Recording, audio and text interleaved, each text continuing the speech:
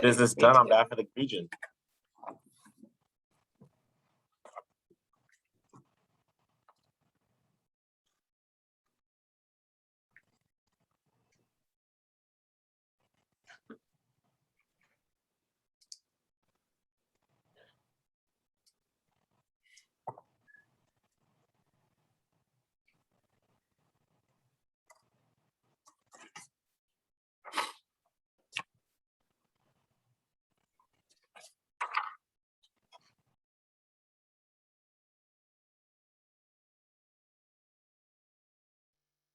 I don't think Good we morning. can hear you. Oh, there you go, Councilmember McCann. I saw you making the effort to speak, so we hear you now. Just checking my mic and just wanted to wish everybody good morning. Well, thanks for joining us today. Thank you. And Mayor Gloria, I'm glad to see you have no tie. That's great. It's a no tie Friday. You know, John, if I could do this job in a t-shirt and shorts, I'd be happy. Okay, well, I think we're going to call this meeting to order. It's now 9 o'clock. We have a quorum.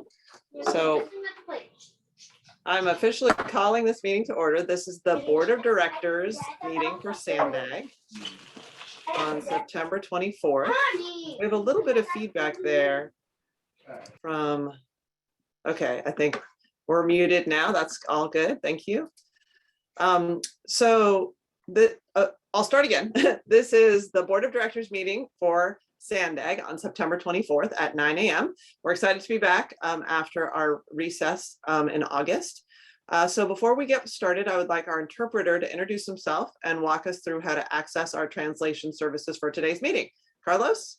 Thank you, Chair Blakespear. As the chair just indicated, we do have simultaneous interpretation available. I will begin with the instructions in Spanish, and I will be back with the instructions in English immediately afterwards. Buenos días, bienvenidos, bienvenidas a esta sesión de la mesa directiva de la Asociación de Gobiernos de San Diego. Hoy, 24 de septiembre, se está ofreciendo servicio de interpretación simultánea. Para hacer uso del servicio, por favor, desplácese a la barra inferior de Zoom donde aparecen sus controles.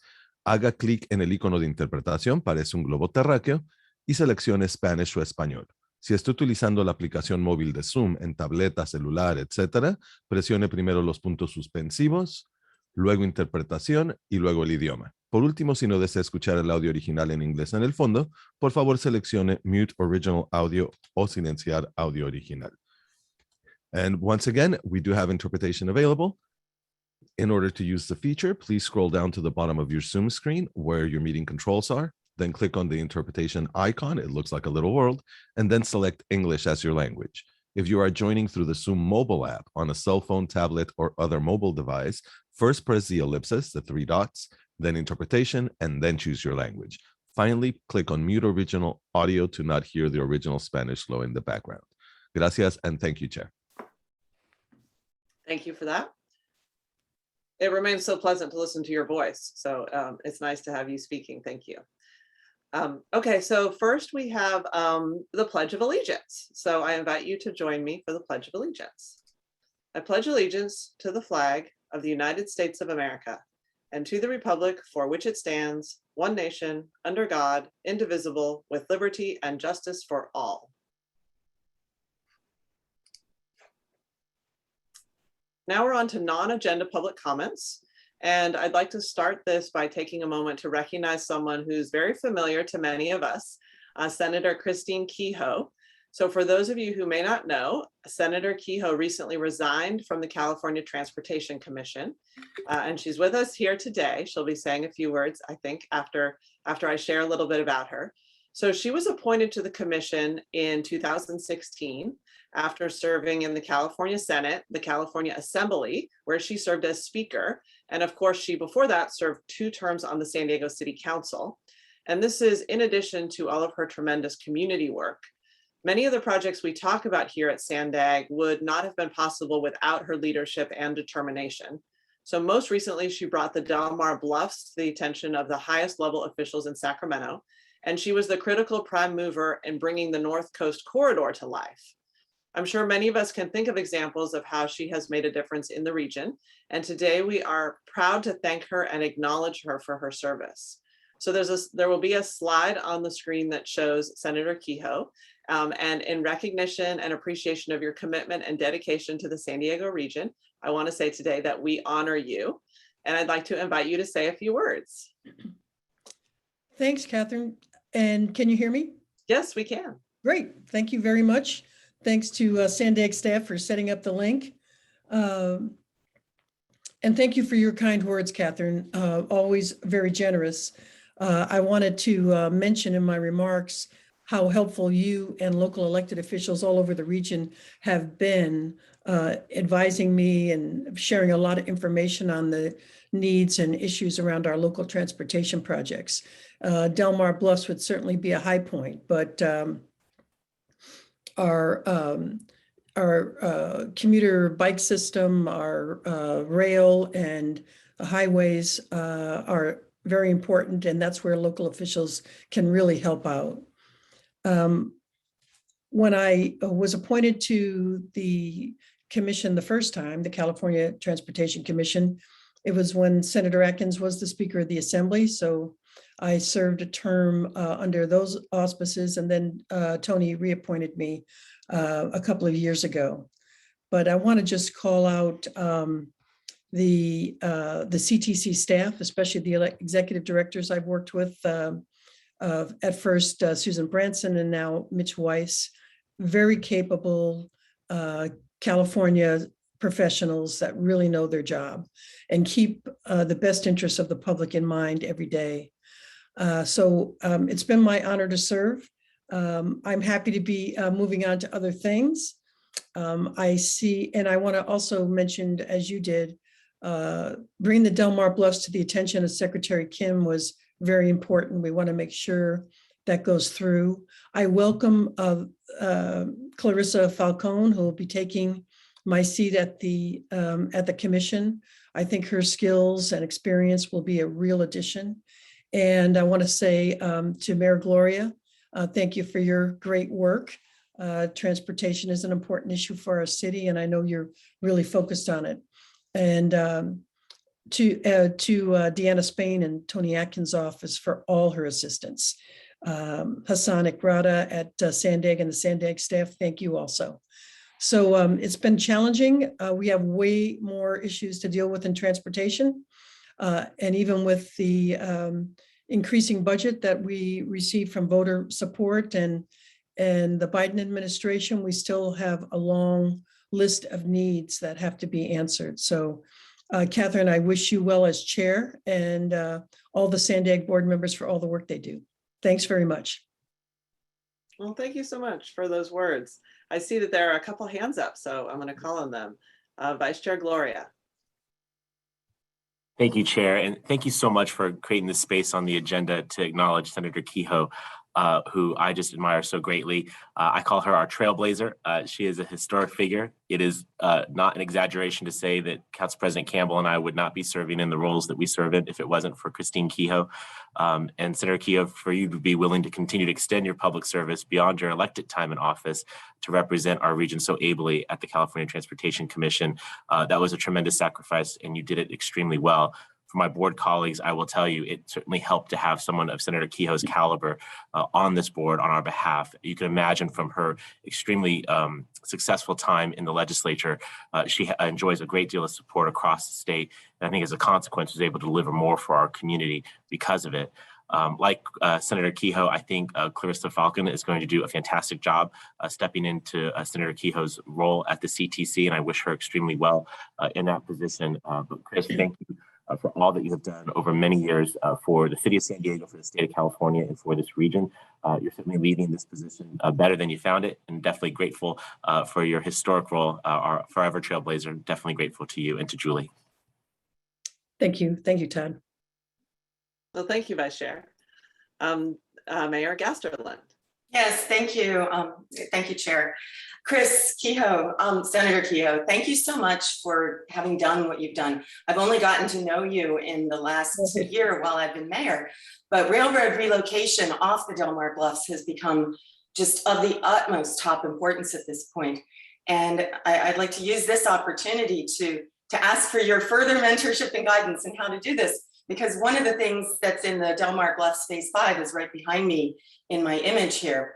I've overlaid 2 photos from Sandag where the engineers have put together a plan to take away the top 25% of this bluff in order to reduce what they call overburdening. So I hope that we might be able to redefine overburdening as the railroad tracks themselves and move those tracks inland and not do this to our bluff.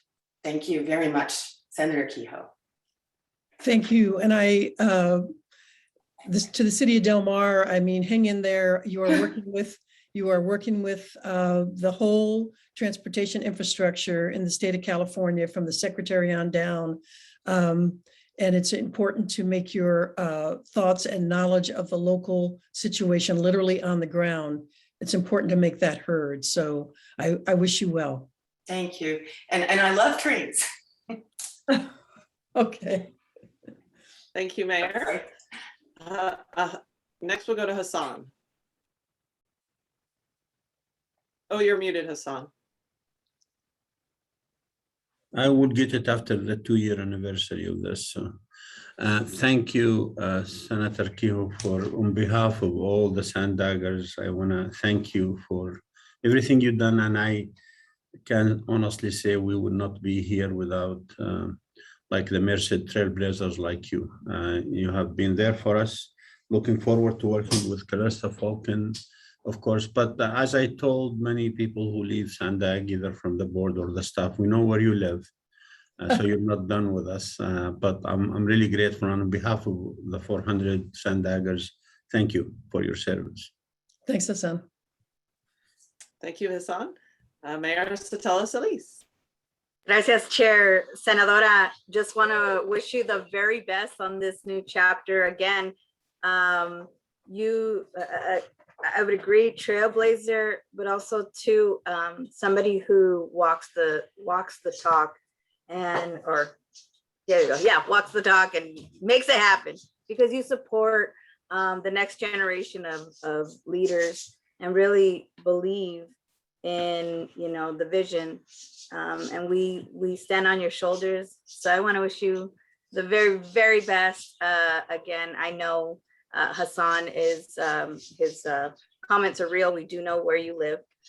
We do know that it's not the end. And to Senora Clarissa Falcon, look forward to working with you. Felicidades. Thank you again, Senadora. And again, on behalf of the grateful region, congratulations on this new chapter. Alejandra, thank you for your words. You are a regional voice. The work you're doing in National City is so important. I know where you live too, more or less. And I scan the paper every day for what all the local officials are doing. You guys are on the ground. It's so important, from all the mayors, all the city council members. Thank you for all your hard work. Well, thank you. Thank you, Mayor Sotelo Solis. Council President Campbell. Thank you so much. I just want to tell Christine Kehoe, thank you, how much you are appreciated. Your courage over the years has inspired so many of us who wouldn't have thought to try to do public service or run for office. And I can't thank you enough for your courage, your bravery, your balanced, moderate way of moving things forward, how you get things done. And I just can't give you enough kudos. Thank you so much for everything, Chris. Love to you. Thank you, Jen. Keep up the great work. Thank you, Council President. Now we'll go to Caltrans District 11, Ann Fox. Hi, good morning. And I'm sitting in for our district director here, District 11, Gustavo Delarda today. And I'm sure he would also want me to give a huge thank you to you.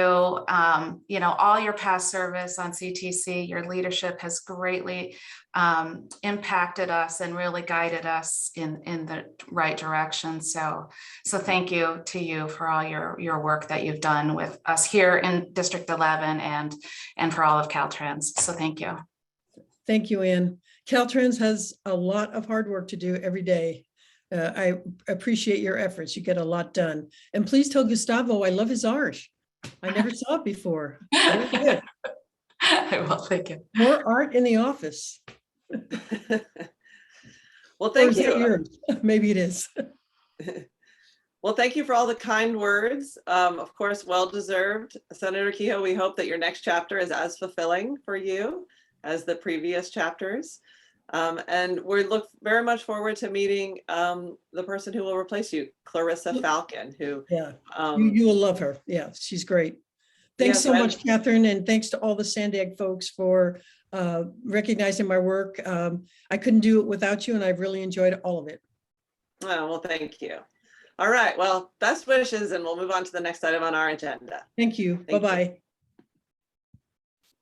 Okay, so next, I just wanted to announce that I was pleased to join with Sandag last Saturday to participate in I Love It Clean San Diego Coastal Cleanup Day. And we hosted an event in my city of Encinitas. And I'm happy to report that we had a total of 56 volunteers, a lot of them Sandag staff members and other community members. And we collected a total of 106 pounds of trash in a little under 2 hours. And this actually, almost none of this was on the beach because it was actually high tide. So it was on the roads right next to the beach and parking lots and that kind of thing. And so we collected everything from nails that were in the street to even a tire that had been dumped into the close to the ocean. And so I really just want to thank the staff and the volunteers who joined to make this happen. And I also like to recognize Caltrans. So they were out and about all day along our freeways cleaning up trash too. I did see a number of crews, and that's of course critically important. And we can't have volunteers on the freeway. So it's great that Caltrans was mobilizing around this same event on the same day. And I want to thank all of you who participated in different spots throughout the region. I did see a number of people posting about it on Twitter and Facebook, and it's great to see all the action around cleaning up the trash. It's also a great way to highlight the work we're doing at the Sandag Litter Subcommittee and the important role that environmental preservation plays in the 2021 regional plan. So of course, all these things work together when we're looking forward into the future of what do we want to see on our transportation network and in the county that we live in. So I do see Anne with her hand up. Did you want to comment on this particular part?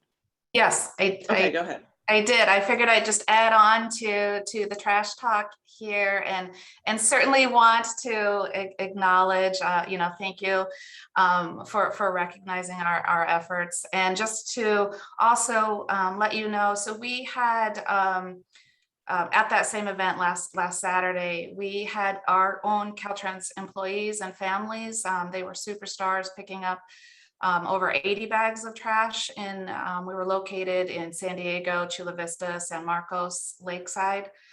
We also had dumpsters over in several of our park and ride locations, and we had actually a couple hundred people come through at those locations and we collected over 400 cubic yards of trash that could have possibly otherwise ended up on our local roads and highways. So we look forward to continuing to keep you posted on those efforts and helping to keep California clean.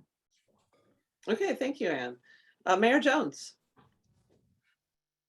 I just wanted to say thank you to Caltrans. They have been so responsive, and I'm so grateful for that because there is a lot of trash all the time. People just continue to throw it out their windows. And every time we reach out to them, they're so responsive. And I just want to say I'm so grateful for that collaboration because I love a clean San Marcos and a clean county. So I really appreciate it personally. But I know a lot of my residents are extremely happy that to see Caltrans out there and working. And I even posted about it recently on social media, telling people to be careful around the workers because we certainly want to keep them safe too. So anyway, thank you for all of your help. Really appreciate it. Thank you, Mayor Jones. Mayor Gasterland. Yeah, we had an SDG&E lagoon cleanup day this past Saturday, and there was a really great turnout. We spread a lot of mulch and cleaned up an enormous amount of trash. And I wanted to ask, is this the member comment section or is that the next item? So I'm going through a number of announcements here and then I'll call on members. So there will be an opportunity to have the member comments just right after these announcements. Okay, thank you. So there was a lot of great trash cleanup work going on, and that continues. So thank you to everybody who's working on that. The next item is that we're hosting a community bike ride next Sunday, which is October 3rd, on the Inland Rail Trail. And this is to help get the word out about the bike network that is included in the regional plan, and how we're working together to implement Vision Zero across all our communities. So Vision Zero is to reduce to zero the number of traffic fatalities for pedestrians and bicycles that happen on our road network from cars. So there will be activities for the whole family, and I hope to see many of you out there. Our clerk will be following up with some more event details after this meeting. So if you'd like to participate on that Inland Rail Trail event, that's in North County, that would be really exciting to see you there. So I also wanted to share that Governor-elect Avila from our neighboring state of Baja California is visiting our region today. And I think actually, in fact, right at this very minute, she's touring our Otay Mesa East, and she'll be meeting with some of our board leadership later today. And I hope that she'll be able to join us at a future board meeting soon so that you all could meet her as well. We know that the partnership between our regions is really important. And this is not only because of our historic roots with Mexico, but also because we continue to be a large cross-border community with invaluable economic and social ties. Before I open it up to other board comments, I wanted to just welcome some of our alternates who are here today. There is a League of California Cities conference taking place in Sacramento, so a number of people are at that and not able to participate in our board meeting. So we have alternates who were really thrilled to join us. So I'll welcome council members Gastill from Lemon Grove, McCann from Chula Vista, Goebel from El Cajon, Koval from Santee, and Mullen from Poway. So let me know if I missed anyone. I think that those are all of our alternates for today. And thank you for joining us, taking time out of your day to join us. Sandag is really important. The business we do is really important, and it's always important that we have a quorum. And I thank you for taking your time to be here. So with that, I have finished the announcements from the chair. And so I will now entertain board comments. If you would like to make any, go ahead and put your hand up, and I will call on the very eager Mayor Gasterlin to share her board comments. Go ahead. Yeah, thank you very much. I am eager, and I really appreciate the opportunity to bring the Sandag Board's attention to what's being planned in Del Mar right now. And yeah, it's the engineers who are planning it. So I'm hoping that we can work closely with the engineers and push back and reduce the impact of Del Mar Phase 5, Del Mar Bluff Stabilization Phase 5, and draw out the timeline so that as we realistically relocate the railroad tracks, less engineering can happen. Behind me in my background, I overlaid 2 photos that were shown to us by Sandag on Monday to the Del Mar City Council. We're seeing the before and the after photos on top of each other for the stretch of the bluff that goes from 11th Street to 9th Street in Del Mar. So this is one of about 7 different very high impact measures that the engineers are proposing. This one would remove 25% of the dirt along the bluff from 9th Street to 11th Street. You know, I've asked for what is the cost of this. I'm hoping that I'll get that, just this step. So what I'm asking the board for is please, along with me, to be aware of the measures that are being proposed, and to really ask the questions right along with me of, do we need this one now? What is the measure going to accomplish? And is there another way to get to the same goal for perhaps the shorter period of time needed while we work on that railroad relocation? So I'm offering that here and opening your eyes with this background behind me. It's pretty devastating. Thank you. Okay, thank you, Mayor, for your comments. Do we have any other board member comments? And if not, we'll go to the public comments. So Francesca, do we have public comments? No, Chair, I don't see any hands from the public. Okay. Next, then we have. I'm so sorry, Chair. A couple of hands just popped up, if you don't mind. Okay. Yes, of course. First, we'll have Ariana Frederico, followed by Denise Lopez. And Ariana, you're self-muted at the moment. You can go ahead whenever you're ready.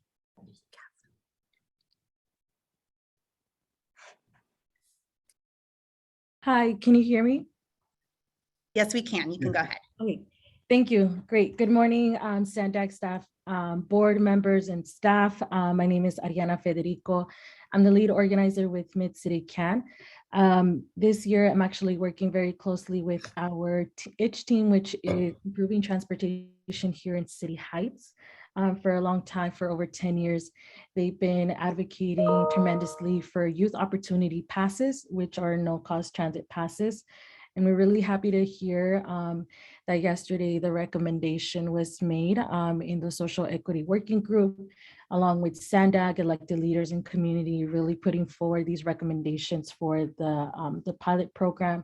So along with community, we are requesting that the YOP and the regional plan and funds for the early action transit pilot program include youth opportunity passes and transit enhancements by December 2021.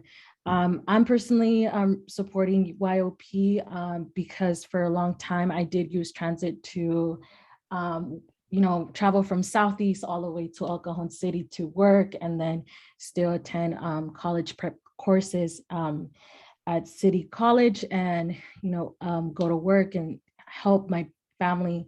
YOP overall is an investment for our young people, our economic recovery, for really transforming transit culture and lifelong transit riders, connecting young people to school, Medicare, internships, and opportunities. We're really excited that we're coming closer to seeing this happen in San Diego County. It's already happening with great success in Alameda, Boston, San Francisco, Sacramento, and Los Angeles. So we just want to uplift that this will be coming to the board very soon, and we're excited to see this, and we hope that we can continue to have the support and ensure that 10 transit lifelines proposed by the San Diego Transition Equity Working Group are included in the 2021 regional plan. Thank you for your time. Thank you very much. Next, we'll have Denise Lopez.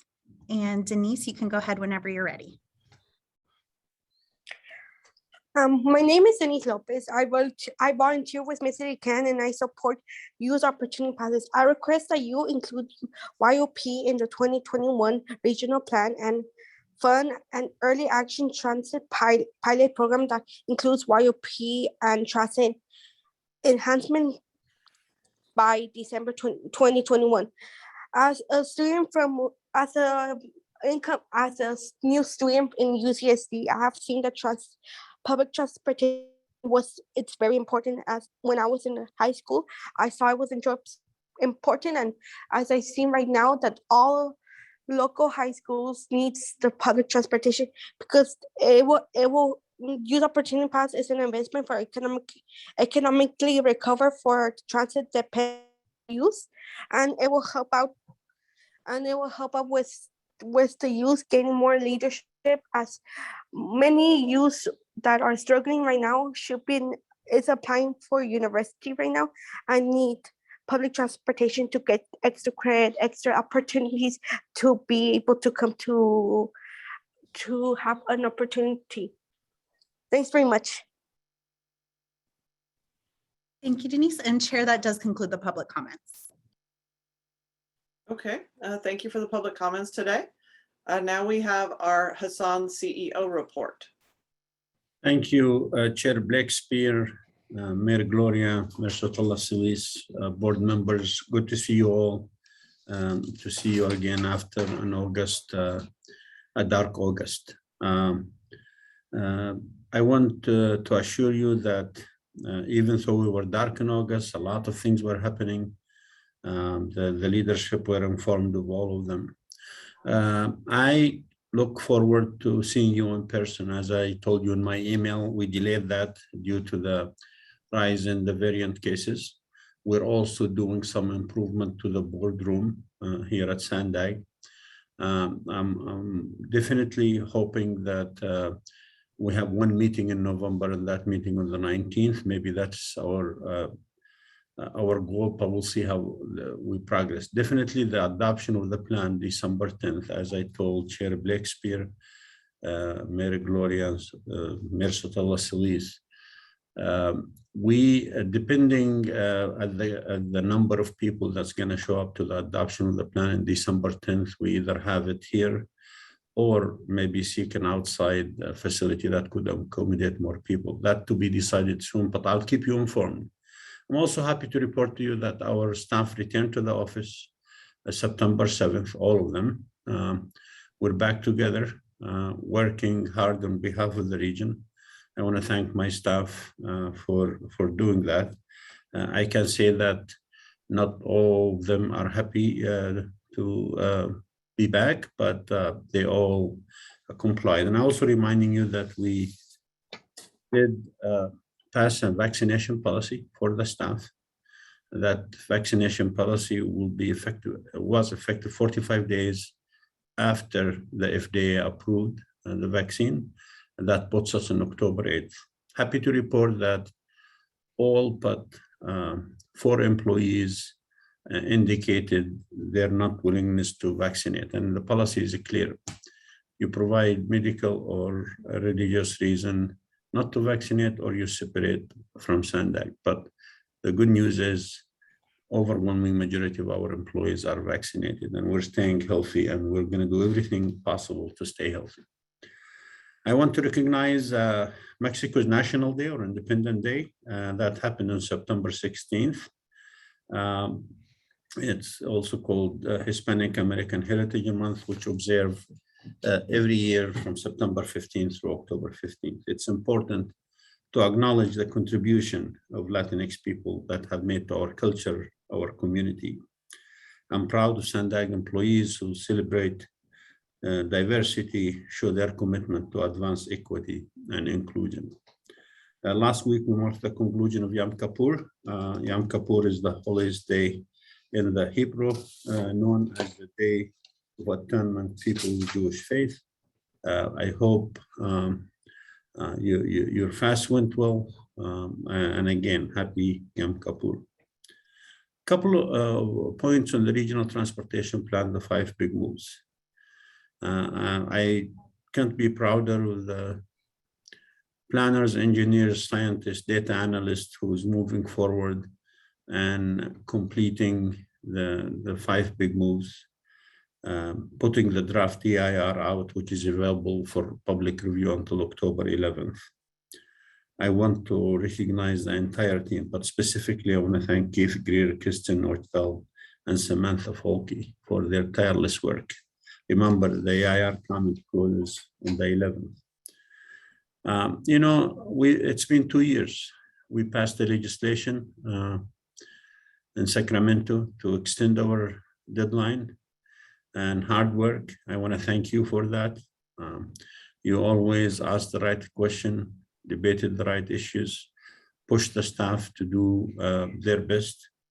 And finally, we're about to deliver to you, I believe, a reimagining of the future transportation system in San Diego County. And that reimagining will provide choices for our residents, regardless of their mode of choice, whether they want to drive, take a train, a bus, or take a flexible fleet. But this system is based on data, information, and anticipate future technologies. The future transportation is about deploying technology and innovation. I believe very strongly, like they do my team here, that we're on our 4th big move, the flexible fleet, and the 5th mixed operating system are the key component of a transportation system for the future. So stay tuned for more presentation and more outreach on the plan. As a matter of fact, we produced a little video, and that video is going to be playing out all over the region to outreach as many San Diegans as possible. Let me move to the bike program update. Another big component of the regional transportation program, as you may be aware, our friends at Circulate San Diego held a press conference this morning in front of our San Diego offices here in downtown Los Angeles. I want to thank them. I also recently had the pleasure of meeting with leaders in the biking community. We listened to their concern. We agreed with them. It's time to act. And like our friends at Circular San Diego, the community in the bike program and our leadership want us to be more responsive, want us to move forward with this program in a responsible way. And so today you're going to see, you're going to be asked to take action on funding and continuing to move forward with the Orange, Howard, and University bikeways. In the coming months, you're going to see major recommendation from staff to move the bike program into major corridors to increase the allocation of bike programs. So we, as I said to the bike leaders, I mean it when I say we are in this together. And I appreciate, again, our stakeholders like Circular San Diego, our leadership, by trying to move this program forward. I want to update you on some exciting opportunity coming up next month. As you know, with Mayor Todd Gloria, we visited the Elon Musk Boring Company project in Vegas. It's a 1.8-mile tunnel from Convention Center to the Strip. And we rode in their Model X and Model Y in the tunnel just to see how it's working. And there is other technologies that we are meeting with, and we're going to be meeting with glides and that have a trial in San Jose, BYD, many other private entities that are interested in the future, are interested in building underground tunnels with much cheaper than $1 billion a mile that we spend on the subway. So next month, SANDAG is putting out a request for information out. The request for information will be for building a clean, fast, reliable, and driverless underground system that link the landmarks in San Diego, link to the airport. Imagine traveling from Balboa Park to Seaport Village in a matter of minutes. That's the attitude. We're also telling the private industry that you're not in this alone. We're not just going to let you spend your own money to just tell us about new technology. We're going to partner with you. This will be a public-private partnership. That's happening next month.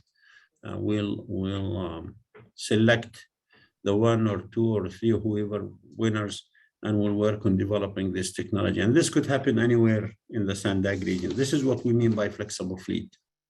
Doesn't have to be a 40-foot long bus or a fixed guideway train, but it can be clean, shared, and driverless underground system. Stay tuned, I will update you more as we move forward.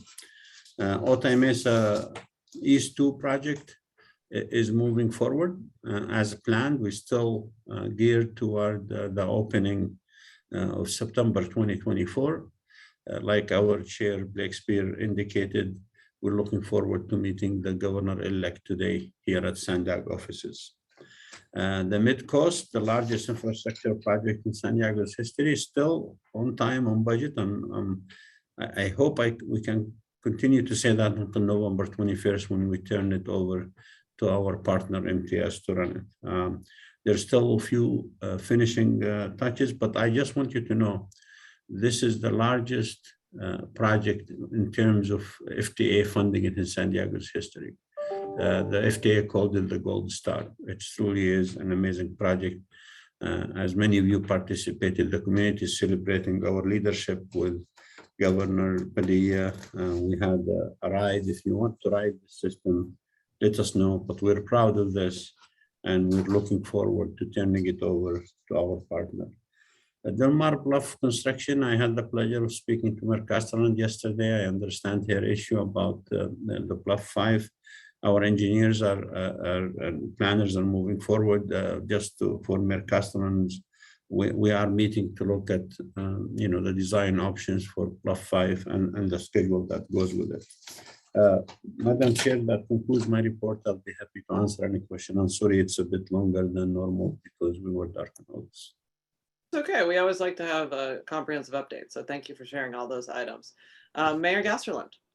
Yeah, I have a question that's not about the bluffs, We received a crime report early on September 15th, and the copy that we received had city by city tables in it with crime data. And the copy that's online does not have it. To data crunch, I'd like to use the tables and so would others. Is the city by city data available? We'll make sure it is. Okay, thank you, Mayor. Any other comments from board members or the public related to the chair's, the Hassan report?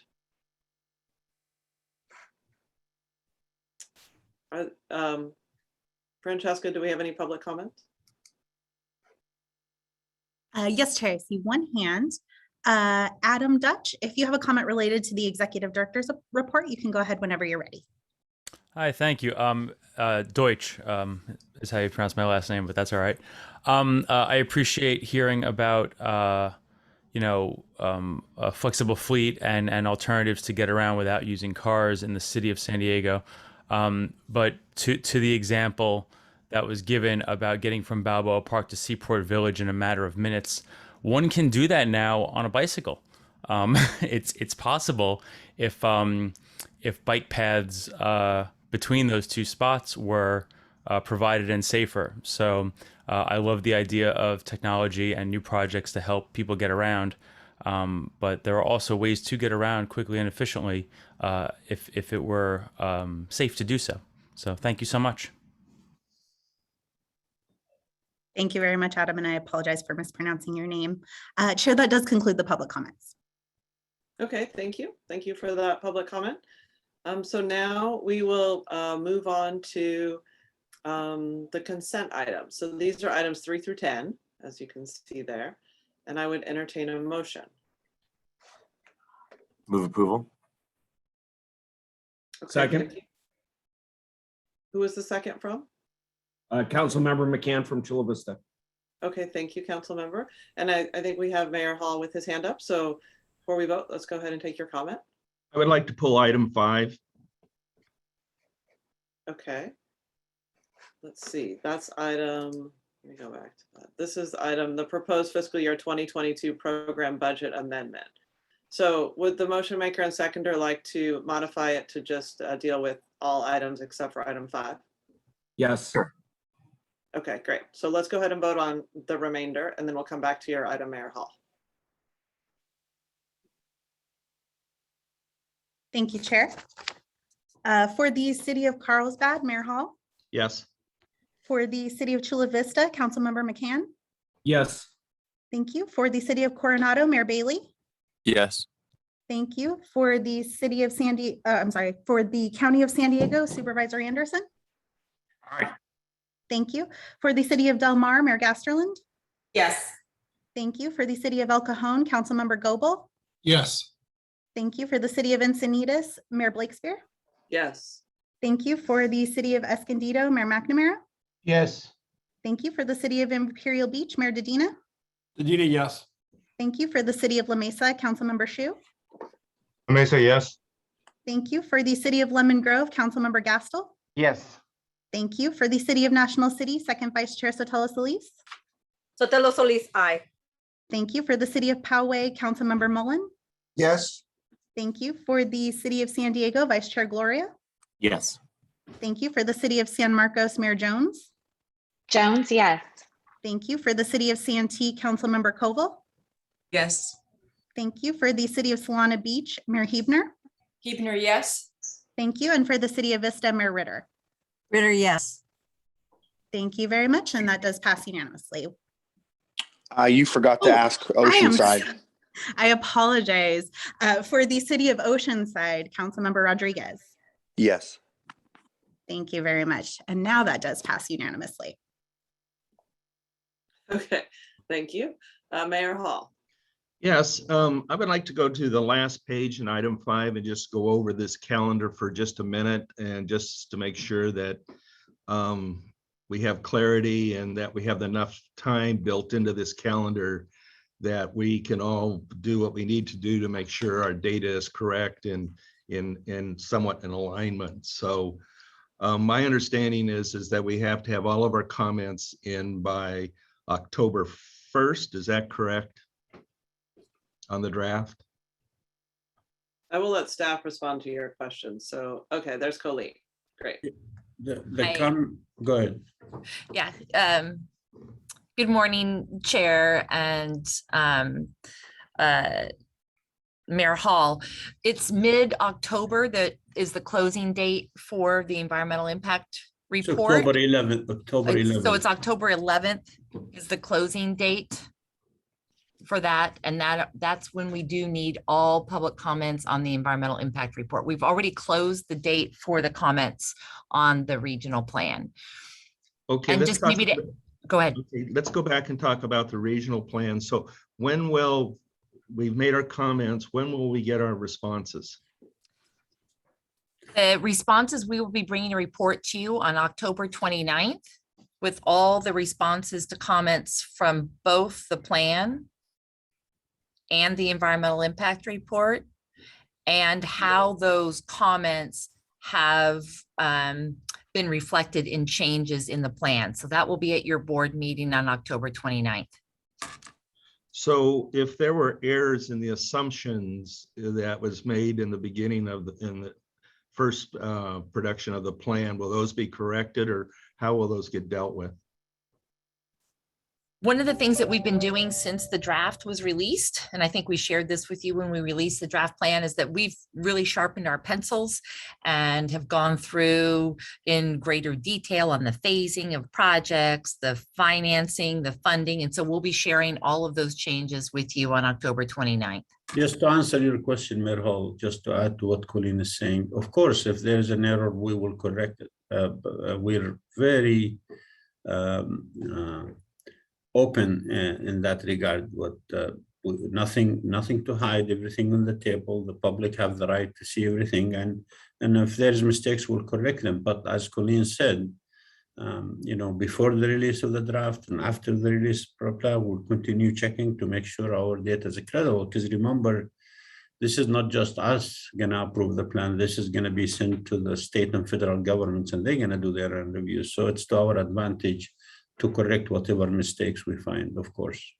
And I'm trying to be collaborative here, so we all work together. Absolutely. In the case of Carlsbad, you've, in your land use assumptions, you've assumed over 3,000 units to be placed in heavy industrial and in dedicated open space. So somehow those units will have to get relocated. And then based on what your assumptions are and that, then we might have to respond also. So I'm just wanting to make sure that we leave ourselves enough time that you make your corrections, and we can have time to review those corrections to make sure all those assumptions are correct. And one of the things I just like to say to my colleagues, to try and dig out some of this data is extremely challenging. For us, we've spent a lot of hours with a team to go through this plan to try and get into the detail. And I would say, if you haven't had your staff, your planning staffs look at the assumptions, especially some of the planning assumptions and where future residential and stuff's to be located, I would suggest we all need to do that.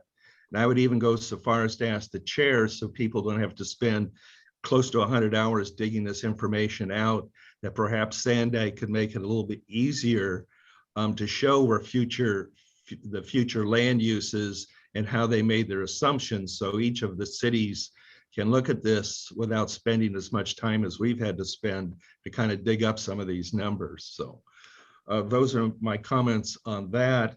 And then also just recently at the NCTD meeting, item 6, their assumptions on transit, past assumptions don't seem to be in alignment with some of the things that are in this plan. So I would ask that item 6 on the last North County Transit meeting be looked at, and they're spending in excess of $1 million to go back and restudy these assumptions. So I would ask also that we look at that just to make sure that all of our numbers are in alignment. And so we have many more comments, but they're in writing, and we'll let you go ahead and respond to those.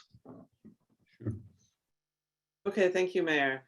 Yeah, I think, of course, we do want this agency to work collaboratively and transparently with all of our member agencies, all the cities. So, And we would like, we really would like, and at least I would, speaking on behalf of my colleagues, be able to see the data in a little simpler format, so we know where the future assumptions are residential. Because when you talk about your mobility hubs and people have to be located so many within all these hubs and so on and so forth, there's a lot of detail on this. And if you're not spending the time and the energy on a city by city basis to look at this, the future is going to be bleak. So I just implore each and every one of you to take the time to get your staffs to look at the detail in each of your cities.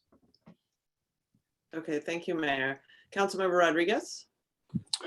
Thank you very much. I just want to briefly piggyback on Mayor Hall's comments. My city has went through and spent a lot of time digging into the underlying assumptions and the details, and where housing developments are going to be and not be. We're in the middle of a general plan update, and so we're kind of in a complex scenario working with Sandag and providing comments.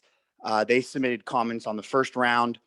Having seen Carlsbad's letter, I re-engaged my staff. They've actually found additional discrepancies and issues, and they're going to be sending a second round of comments as a part of the public comment process. So definitely encourage all jurisdictions to really dig in and ensure that Sandag is aligning with your housing elements and general plans, because this is a kind of a one shot, one kill, and we only get this opportunity to get it right. So thank you. Okay, thank you. All right, so are there any public comments on this pulled item? Thank you, Chair. I don't see any hands. Okay, I would entertain a motion on this one. I'd so move. Second. Okay, thank you. I apologize. I just want to confirm that was a motion from Mayor Hall and a second from Mayor Gloria. Yes. Thank you very much. For the City of Carlsbad, Mayor Hall. Aye. Thank you. For the City of Chula Vista, Councilmember McCann.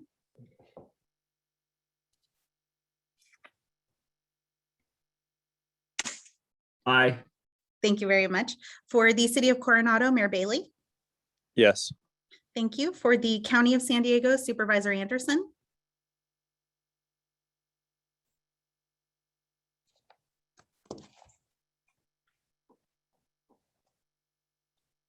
Looks like we may have lost Supervisor Anderson. I'll come back. For the City of Del Mar, Mayor Gasterland. Yes. Thank you. For the City of El Cajon, Councilmember Goebel. Yes. Thank you. For the City of Encinitas, Chair Blakespear. Yes. Thank you. For the City of Escondido, Mayor McNamara. Yes. Thank you. For the City of Imperial Beach, Mayor Dedina. Dina, yes. Thank you. For the City of La Mesa, Councilmember Shu. La Mesa, yes. Thank you. For the City of Lemon Grove, Councilmember Gastel. Yes. Thank you. For the City of National City, Second Vice Chair Sotelo Solis. Hello, Solis, aye. Thank you. For the City of Oceanside, Councilmember Rodriguez. Rodriguez, yes. Thank you. For the City of Poway, Councilmember Mullen. Yes. Thank you. For the City of San Diego, Vice Chair Gloria. Aye. Thank you. For the City of San Marcos, Mayor Jones. Jones, yes. Thank you. For the City of Santee, Councilmember Koval. Koval, aye. Thank you. For the City of Solana Beach, Mayor Hebner. Hebner, yes. Thank you. For the City of Vista, Mayor Ritter. Ritter, yes. Thank you. And I'll come back to the county, Supervisor Anderson.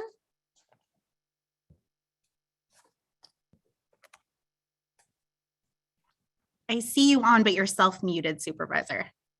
You know what? I didn't know if you got my vote. My computer crashed. I'm an aye. Thank you very much for repeating it for me. And that item does pass unanimously. Thank you for your patience. Well, we're happy that you were able to get back on.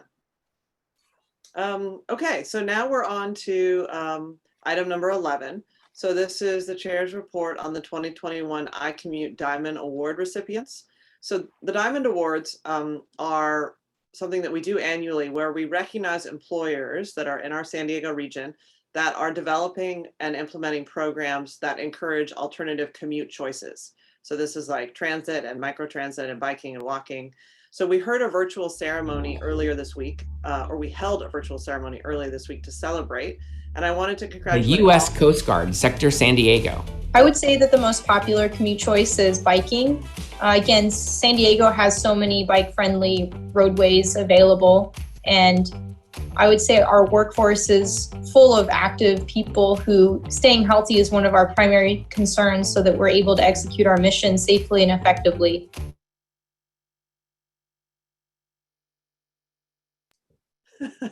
I'm not sure if that was actually the end of the video, but if we can play the whole video before, it's fine. Let's just keep it going.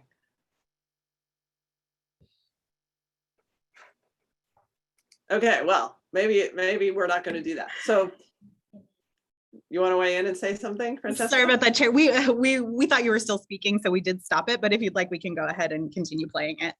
Okay, well, let me just conclude my remarks and then we'll play it. So Perfect. all of these are organizations that are large and small, and they're making a difference to relieve traffic congestion, reduce greenhouse gas emissions, and improve our mobility. So we're thrilled to see this commitment from the employers in our region, because of course that helps incentivize these decisions that people make. So let's now hear the rest of the video.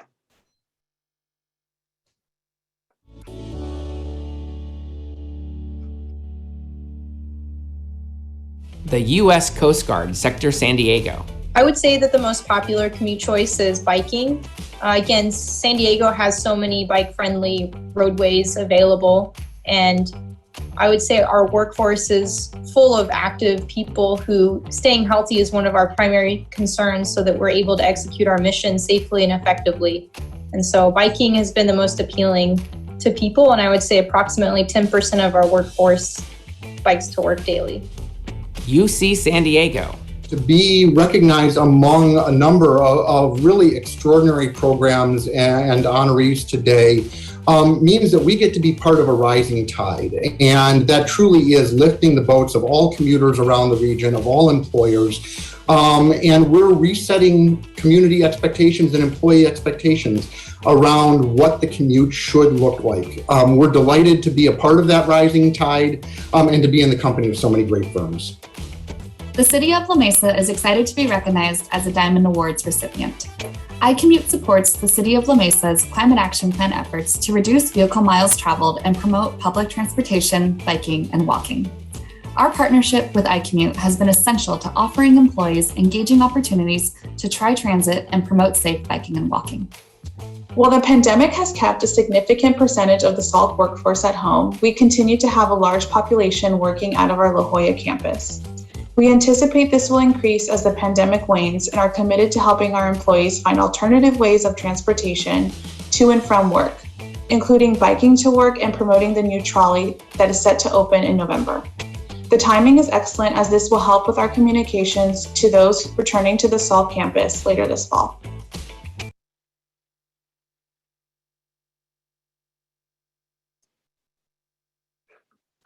Okay, well, there are some examples. So that's great to see, and we appreciate all their hard work. So do we have any public comments on this item? No, Chair, I don't believe so. Okay, great. Now we're on to item number 12, which is a report from our independent performance auditor, Mary. Good morning, everybody. I hope your month is going well. It seems to be going quickly. I am here to present in accordance with AB 805 and Board Policy 39, the annual year-end report, both on fraud, waste, and abuse, and the corrective action plans for the prior 5 years. So every year we present this to the audit committee and bring it to the board as an informational item. And it is simply 2 reports. One is any fraud, waste, and abuse update on cases that were either prior year that have been closed or still pending, and also any added cases of fraud, waste, and abuse that were reported through our hotline. And the other report is just all the audits that we have accumulated and that have been performed on Sandag over the last 5 years, and where they're at, if there is a corrective action plan, where they're at on that corrective action plan. So this is just for information, and I am happy to answer any questions one of the members might have. Okay, thank you, Mary. We appreciate that. You're Any welcome. questions? Okay, well, I'm not seeing any questions. Do we have any public comments on this item? No, Chair, I don't see any hands from the public. Okay, so this is an information item only, so we don't need a vote. So thank you so much, Mary, and we'll move on to item 13. Thank you. So this is the Regional Bikeway Program, program status, program future, and potential budget amendments. So I will call on staff here. Good morning, board. Thank you. This is item 13, the Bikeway program status and program future and some potential budget amendments. So in this item, we're going to talk about the origins of the Bike EAP, what's been accomplished so far, and the future of the program. Next slide, please. So most importantly, really, is the future of the program. And we know project costs have increased over what was in the original EAP estimates. And we know that to complete the Bike EAP and deliver the transportation, economic, and social equity benefits that active transportation brings to the region, we're going to need additional funding. So this item includes a short-term and long-term funding strategies. Short-term strategy includes proposed fiscal year 22 budget amendments to accelerate projects and move up construction timelines for projects and improvements in historically underserved communities. And while the long-term strategy introduces a framework for potential Transnet ordinance amendments to make the bike program more competitive for outside funding, and just as importantly, to better realign with the goals of the upcoming 2021 regional plan. So we're excited to be here and work with all our stakeholders and work with our policy committees on these funding strategies to implement our mutual goals of completing the EAP, strengthening our commitment to social equity, and advancing timelines on projects and investments in historically underserved communities. Next slide. So a quick look at the origins of the Bike EAP goes back to 2013. Our board of directors at that time approved $200 million Transnet investment for the early action bike program. And that was to implement the 30 highest priority urban bikeway projects, as well as our 4 regional bike path projects that we've been working on for a while, including the Bayshore Bikeway, Inland Rail Trail, the Coastal Rail Trail, and the San Diego River Trail. That action also directed us to support programs such as outreach and education, and then also to continue to fund local bike and pedestrian projects through our local active transportation grant program. So the primary goals coming out of the bike plan and the regional plan for the EAP for active transportation, encourage more people to ride their bikes for everyday trips. We like everyday trips for everyday people. And interesting that can consider that during our coronavirus pandemic, bicycle sales have risen 65% in the United States between 2019 and 2020, and e-bike sales grew by 145%. So if you've ridden an e-bike, you know that the hills get flatter, you can go further, you can go faster, and you probably aren't going to sweat so much. So that really, and also sales to older population, as well as attracting new riders, are really allowing more folks to keep riding and to get riding to begin with. Let's see, so one of the other main elements of those goals really is focused on designing and building safe and inviting traffic calm streets with as many protected bikeways as we can that improve the connections in and between our neighborhoods, and at the same time making direct connections and leveraging our investments in regional transit. So again, safety, these projects improve safety for all our roadway users, whether you're walking, biking, or driving.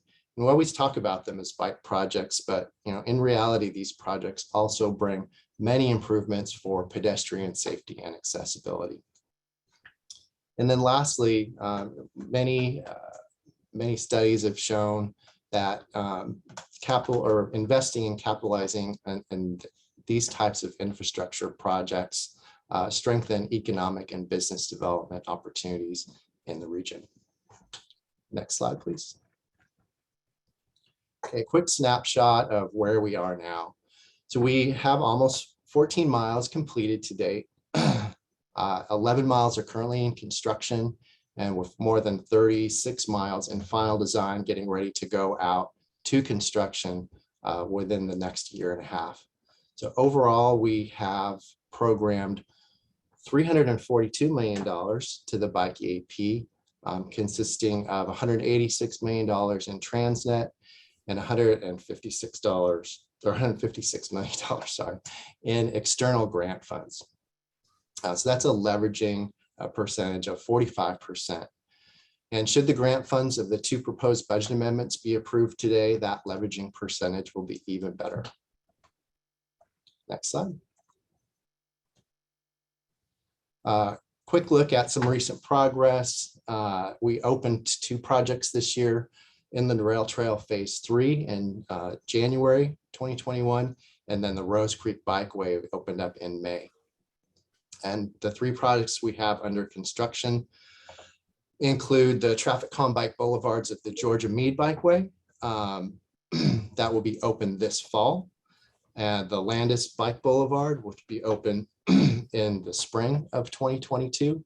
And lastly, the 4th and 5th Avenue Bikeways should be open in the spring. We're actually running a little bit ahead of schedule. We're going to try and open those up before the end of the year, working closely with the city of San Diego and our construction crews out there to get things moving as quickly as we can.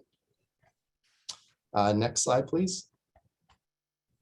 Okay, moving on to our upcoming projects. So we have 5 projects that total over a little over 15 miles. These are fully funded and will be advertised for construction before the end of 2022. The first 4 projects will be out to bid in the next 6 months. Pershing is actually, we had our bid opening a little over a week ago. Bids went very well, and we're working on finalizing those contracts, and we'll be back to you before the end of the year to certify our construction contractor and get rolling. And then the next project we have going out to bid would be Bayshore Bikeway. That will be going out to bid within the next few weeks. And the Border to Bayshore Bikeway early in the year, and also Imperial Bikeway early in the year. And then lastly, Inland Rail Trail Phase 3 will be out to bid in late 2022. Next slide, please. Okay, so the feature of the Bike EAP, again, our main goal is to complete the Bike EAP. And to do that, we know we need to address some programmatic construction cost increases. So again, our funding strategy, we've got a short-term and a long-term strategy. We'll be going into those in a little more detail next up. So next slide, please. A quick note on some of the construction cost increases. So we've had typical cost increases due to projects being delayed due to permitting delays. We also have seen because of that, rising construction costs, it all kind of cascades into bigger construction budgets. A lot of our projects, we're working in more established neighborhoods, completely built out, and streets that are over 100 years old. And it's not always exactly what you see on the surface is what you get. So a lot of times we run into utility conflicts and come across unsuitable soils and contaminated soils. And then there's also been new legislation for the state and the county. One of the big ones being stormwater treatment requirements. It's a good thing. We know we need to do it, but they have added significant cost to our design and construction. So the silver lining, because we have to find one, moving ahead, is that with the experience from all these existing projects, we've got some good lessons learned that will really inform better more realistic project cost estimates and budgeting as we move forward with our next slate of projects. Next slide, please. So our short-term strategy, these are all projects where advancing funds for these will help the program and the agency maximize our environmental and social equity benefits of the projects and in their surrounding communities. So Sandag staff looked for other existing fund sources and identified $2.1 million of federal RSTP funds that could be reallocated from the comprehensive multimodal corridor plans, CMCPs, that we could put toward funding these active transportation projects. And it's important to note that all 11 of the CMCP corridor plans that the board approved in September of 2019 will still be completed with this budget revision. So a little bit on the proposed budget amendments. They are shown in detail in attachment 4, and they consist of the following. For Howard Bikeway, it's $250,000 to complete work to obtain our federal environmental clearance. So getting NEPA for this project will allow the program access to more funding options and give us the ability to advance construction. And then onto the University Bikeway. The amendment includes $1 million added to cover recent cost increases identified in our most recent construction, engineering construction cost estimate.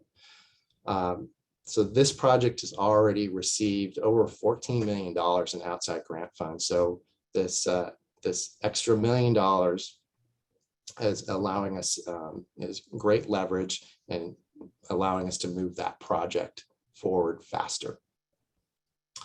And then finally onto the Orange Bikeway, the amendment includes adding approximately $5.1 million to the budget for construction. So this amount is made up of the $4.3 million ATP grant fund that we received, and then the addition of $858,000 in the federal RSTP to cover the required match for that grant. So again, we're able to leverage really well to bring these projects forward faster. And then the recommendation also asks that we accept the recent active transportation grant funds for the two projects. For Orange Bikeway, $4.317 million. And then for Inland Rail Trail, this includes amending fiscal year 22 budget to add $14.3 million total, which is made up of $12 million in outside federal ATP grant funds, $2.3 million in locally available funds, and then just $169,000 out of the Transnet Bicycle Pedestrian Neighborhood Safety Program.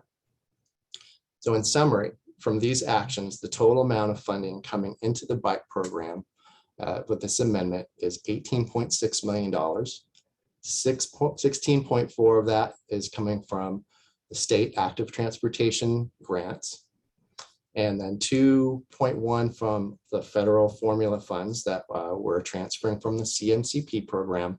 And then finally, $169,000 from the Transnet Bicycle Pedestrian Neighborhood Safety. So again, this is really, we've been really happy and successful with how we've been able to leverage our local funds. Okay, on to the next slide, please, and moving forward into our long-term strategy. So if we were to complete the existing, the remaining projects that are shown above the line, that's the blue section in your attachment 1, we estimate those projects would cost about $112 million to complete. So how are we proposing to do this? So to continue funding projects and provide the critical local match dollars we need to continue to develop the long-term funding strategy, our proposal includes 2 potential Transnet extension ordinance amendments and a reprioritization of the future early action program projects, for which additional details will be brought back to you over the upcoming months. So the first part of the proposed amendment is to potentially increase the percentage of funding allocated to the bicycle, pedestrian, and neighborhood safety program. This currently sits at 2% of Transnet, so 2% of the half cent. Depending on revenues, we estimate that each additional percentage point would generate about $3 million a year. The second part of the proposed amendment will be to consider moving the bike program into the major corridors program, as Hassan mentioned earlier. The existing ordinance already includes a complete streets provision and direction to accommodate travel for people walking and biking. And that applies to all new projects in the region funded with Transnet, including those in the major corridors program. So rethinking this aspect of how we do things will also go a long way in helping us break down more traditional siloed approach where significant bike and pedestrian projects have sometimes been pursued only as separate projects. And bundling these together, it's really a more effective way of doing things moving forward. So there, we think there are many more opportunities as we move forward to integrate multiple modes of travel into our major corridors, our CMCP, and our mobility hub projects. So from a practical point of view, moving into the major corridors probably simply gives us more flexibility to fund and implement additional active transportation projects. Okay, so the third part of our strategy is to take a fresh look at reprioritizing our existing EAP projects, or that we haven't started, those future projects that we need to get going on to complete all the projects in the EAP. By doing this, our goal is to better align the social equity goals and future opportunities that from coming out of the regional plan that will put us in a position to best leverage state and federal funds. So we anticipate more outside funding opportunities will arise over the next several years that are available for projects that'll help implement these active transportation projects in historically underserved and underfunded communities. So our old prioritization process gave us a lot of good projects, and they focused on getting as many riders as possible. The good thing is that does overlap quite well with kind of where we're going in the future.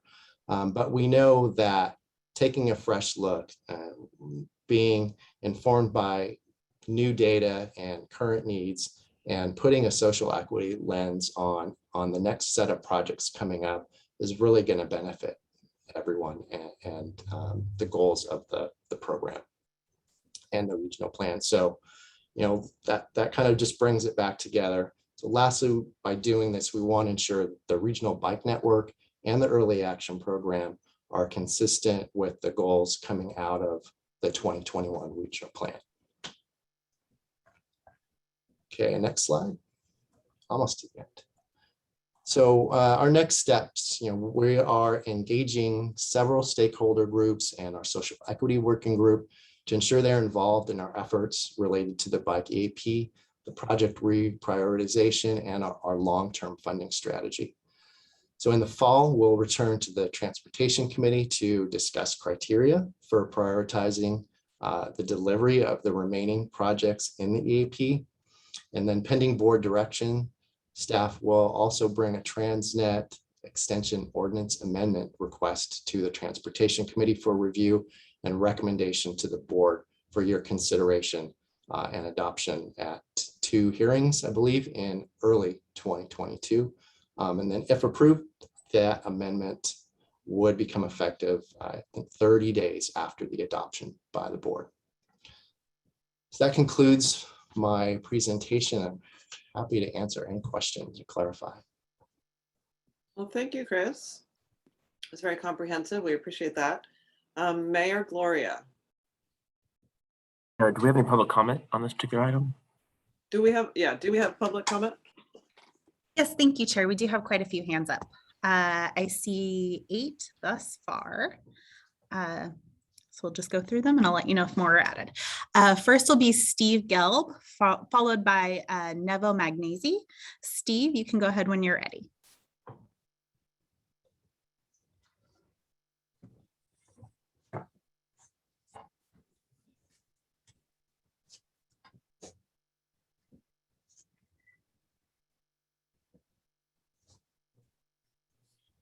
Steve, you're unmuted. You can go ahead when you're ready.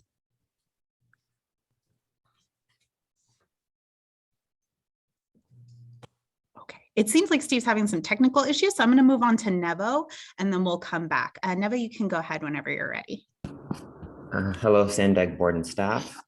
My name is Nevo Magnesi and I'm an advocate with Bike San Diego.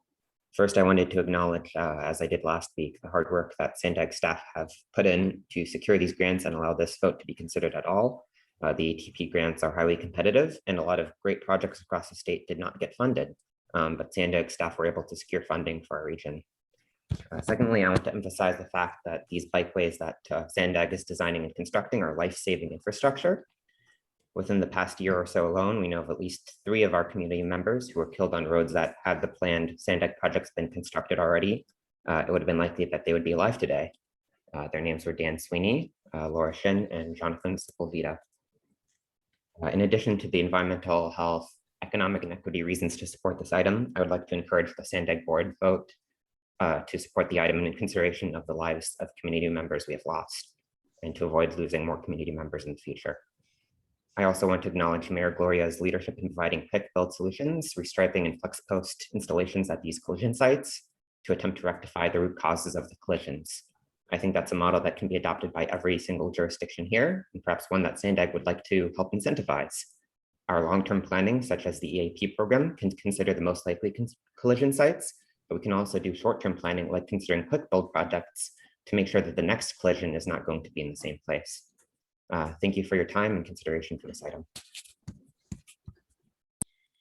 Thank you very much. Next, I'm going to go back to Steve Gelb. Steve, if you can unmute yourself, you are welcome to give your comments.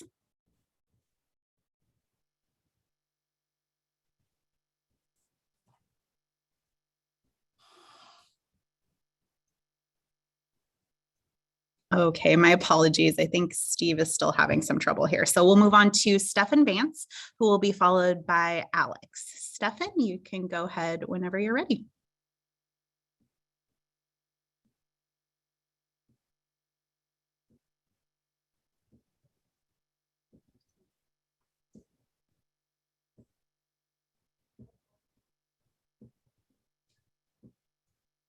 Stefan, you're self-muted at the moment.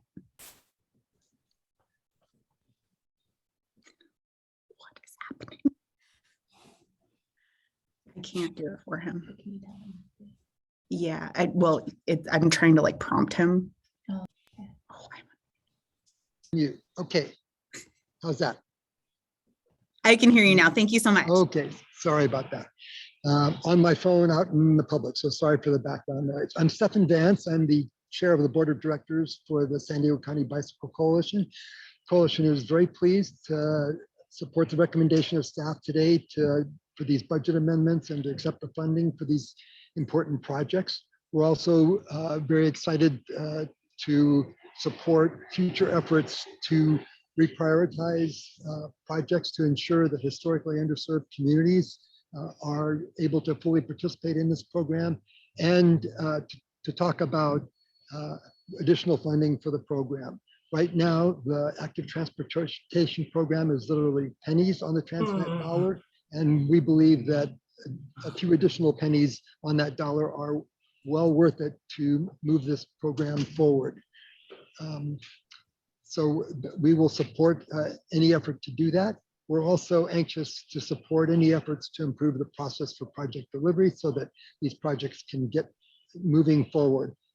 We understand that some of these delays and cost increases are the result of failures of leadership in the past, and that under current leadership, it looks like there are good opportunities to overcome those kind of barriers. So we applaud the Sandag and city leadership who are working on that, and we'll support you in any way that we can. So thank you very much.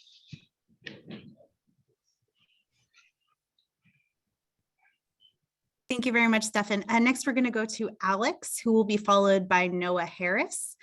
Alex, you can go ahead whenever you're ready. Hey, I live in City Heights, right on Orange Avenue, and I just want to say that I really support the Bikeway projects, especially the Orange Howard University. It's frustrating that it's taken so long. I've been here almost 10 years, or just over 10 years now, and the Orange Bikeway is one that probably the first city project that I heard about. And it's just, been taking a long time, but I'm, very excited about the progress. I hope that there's more. I'm very excited about the bikeways that are on 30th Street now. And I'm hoping that we can build enough that there's a real network.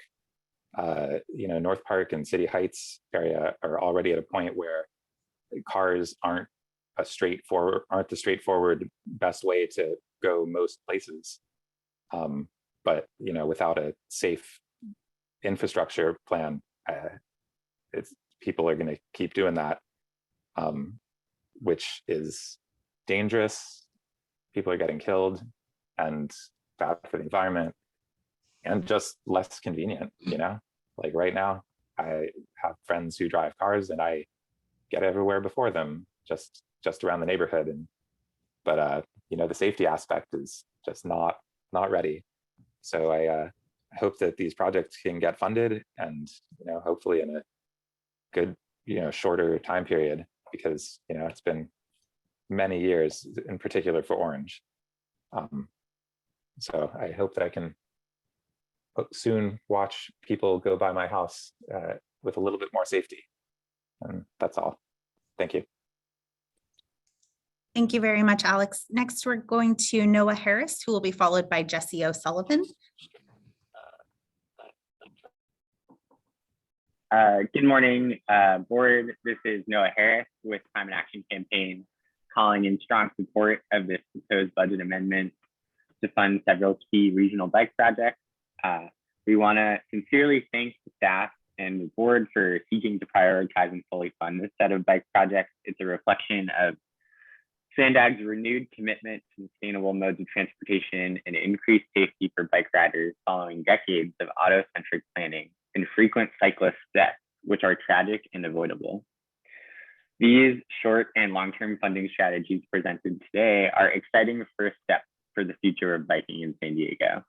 It's clear that this funding is urgently needed. 8 years into the EAP program, less than 14 of the 77 miles of the proposed bike network are open to the public. However, we know that even with the build out of the entire bike EAP network, we won't achieve the city of San Diego's climate action plan mode shift target for bikes. Aggressive mode shift towards bike, walk, and transit are essential to stopping the climate crisis and slashing transportation emissions. As such, we want to offer the following recommendations. First, we want to echo our partners' calls here today for process improvements to accelerate timelines for delivering these bike projects. It simply should not take 10+ years for these projects to be completed. Additionally, we call on Sandag to complete the EAP network as soon as possible and then to expand it in partnership with local jurisdictions, especially the city of San Diego, to ensure that the capped 2035 mode shift target for bikes will be achieved. The cities and Sandag should prioritize these investments in historically underinvested communities of concern with the least access to safe and sustainable modes of transportation, which are urgently needed for cleaner air and better access to the region's job centers. And I just want to appreciate the emphasis on this in the staff presentation today. Thank you so much, and we support this item. Thank you, Noah. Next will be Jesse O'Sullivan, followed by Christy Sepulveda Leon. Good morning. My name is Jesse O'Sullivan, and I'm here with Circulate San Diego. First of all, I want to thank Sandag staff, and the executive director, and everyone involved for bringing this additional funding forward. And I ask that the board approve it today. Funding for our bike projects is incredibly important for safety and for our climate goals. I also want to thank San Diego Mayor Todd Gloria for his quick action in creating a temporary bicycle facility on Pershing Drive. But I also want to say that the need to create that temporary bicycle facility highlights just how long it's taken for so many of these projects to be built. If the original timeline had been followed, construction on the Pershing Bikeway would have begun in 2018. Hasn't started yet. So in addition to the additional funding, Circulate San Diego is asking that SANDAG create process improvements to ensure that these projects don't take so long to build and that the money goes as far as possible so that we can create as many miles of bikeway to create a connected network as we can with that money. So again, thank you. Please vote for this item to increase funding, but also please consider process improvements to make sure that these projects come through in a timely manner. Thank you. Thank you, Jesse. And next will be Christy Sepulveda Leon, followed by Adam Deutsch. Oh shit. Hello, can everyone hear me? Yes, thank you. Good morning, everyone. My name is Christy Sepulveda Leon, and I'm here to speak in honor of my brother. His name is John Sepulveda. We call him Johnny, the victim of the tragic crash that occurred on the night of September 18th. It has been less than a week since I have lost my beautiful brother, my best friend. So please excuse me as I try to explain this painful, horrific night that has changed my life forever. That night, my husband and I were visiting my brother from out of town. We went to dinner and we decided to take scooters back to my brother's house after we had left the restaurant. When we got to the bottom of Pershing, I shared my concern about continuing. I'd never been there, neither had my husband, and I don't know if my brother had. We saw the bike lane and we figured we're almost home. We might as well proceed. I remember feeling nervous and I went ahead of them and I kept looking back and I would see their lights and I knew they were coming. I got to Redwood Street and I realized I didn't see their lights anymore. So I went back down to see where they were. At the moment, I knew something was wrong and I rushed down to see. I saw the most horrible thing imaginable. And my brother was just laying on the ground. My husband was yelling. We tried to save him. I begged them to give. He was the best person ever. I begged for his life to be a miracle. And I saw him laying on the bike line and there was nothing we could do. It was a nightmare that I will have to live with for the rest of my life. The young girl that was responsible is only 17 years old. And perhaps she just got her license. She will also have to live with that nightmare for the rest of her life. It's easy to blame myself or even someone else, I think, when you experience a tragic loss.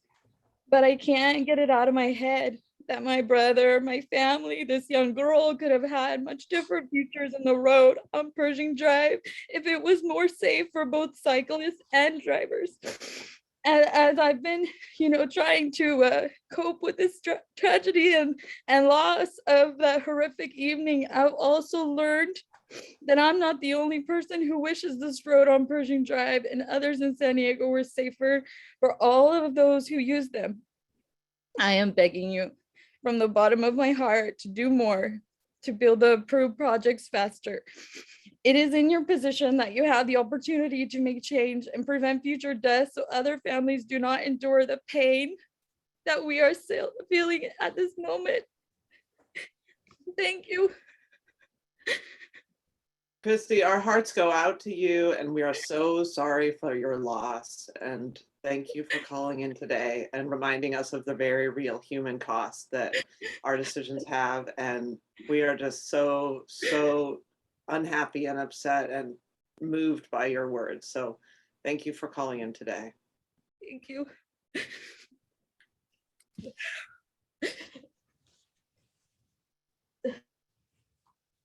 Thank you so much, Christy. And I just want to echo the chair and say I'm so, so sorry for your loss. And thank you for calling in today. Next, we'll move on to Adam Deutsch, who will be followed by Nicole Burgess.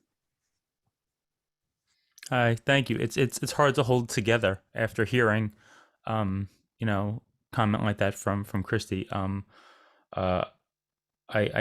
glad so many of our elected officials in the area are on this to hear that and to know that this conversation is happening when people are not listening often. My name is Adam Deutsch, and I don't work with any of the organizations as much as I feel like I should. I do commute from Normal Heights out to Grossmont College for my job. And even if we snapped our fingers and tomorrow the Mead project was finished and the Orange project was finished, the street from 54th on El Cajon Boulevard all the way to 73rd, there's just nothing for a cyclist to safely get around. I hope that that this funding, I hope that you all vote for this, and but I think that we need to work on these projects faster. I think that there are some changes necessary. There needs to be process improvements. We can't take 10 years to complete these things. The expanded network is really my biggest concern. I want an expanded network that helps me get where I need to go without forcing me out of my way by like 5 miles. It's a 10-mile ride. And if I have to go 15 or 20, like it disincentivizes getting out of cars to do these things. I support this budget amendment because of Vision Zero, obviously, transportation justice, our climate action plan, clean air. It's literally access to my job. I was biking the other day and I stopped at the Kaiser on Parkway Drive to get a COVID test. I'm fine. But I was waiting in line with a bunch of cars to get tested, and the nurses ran over and they pulled me out of the line and said, you shouldn't be out here breathing all this exhaust. So they put me into a shady spot, and then I got my test. But like anybody who's riding on the streets, even when there is a bike lane, is breathing this. And when it alarms the medical staff, I think that's something to pay attention to for all of us. Thank you for letting us participate in this conversation and hearing us, and I hope that you support this. Thank you. Thank you very much, Adam. Next will be Nicole Burgess, followed by Anar. Thank you, Francesca. And I just want to say thank you to Christy for sharing your tragic loss. It is hard to keep together, so I'm just going to give a minute of silence for her and her family, and for any of those and all of those that are affected by traffic violence.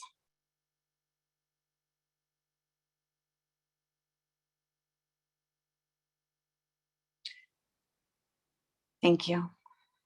And thank you, Chair Blakespear, for your city recently adopting Vision Zero. That's what all our cities on this board should be doing, and I appreciate Sandag for embracing it in their regional plan.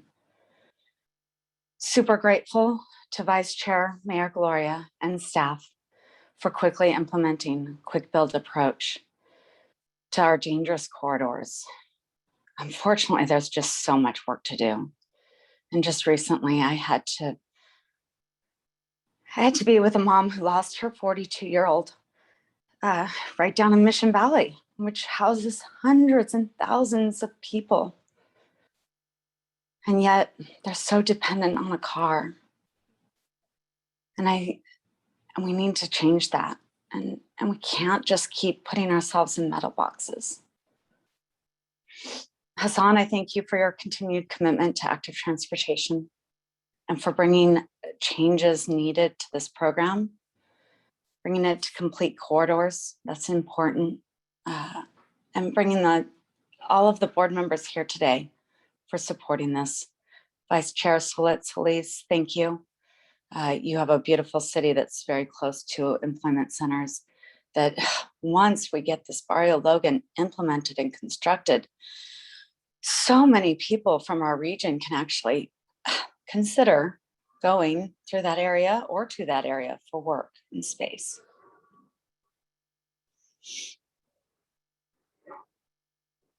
The iCommute video was great. We want more. All of this is, we need to keep talking bikes, but there's a lot of work to do. And those Caltrans right-of-ways are so dangerous. So I look forward to working with Chris Kluth. I just want to give a shout out. Thank you. Great presentation. Well done. So many challenges, so many obstacles we've had to endure over the last 10 years. I was with you 2013. I remember Gloria sitting at that table and voting for this. And I will just say that I'm still going to have to keep fighting for Nimitz, and Pack Highway was an EAP project that I hope is somewhere in there. So I look forward to working with all of you and Hassan and your staff to really support a wonderful way to travel in San Diego. And it's unfortunate when we fear going out on our bike because of the vulnerable situation. I appreciate your time and your support for this action item. Thank you, Nicole. We have 3 remaining public comments. Next will be Anar, followed by Randy Torres Van Vleck. Hey, good morning, everyone. Thanks for having me and everyone else here. Ms. Sepulveda or Christy, thank you so much for joining. I really appreciate how powerful you are to join this call on, after only a week of what happened. It was very difficult for me to hold it together after hearing that. And I think everyone here can agree that we can together do something to prevent such tragic accidents happening in the future. I don't work for any of the bike coalitions or anything. I'm just a resident in University City, calling in support of today's action to fund bikeways on Howard, University, Orange, and the Inland Rail Trail.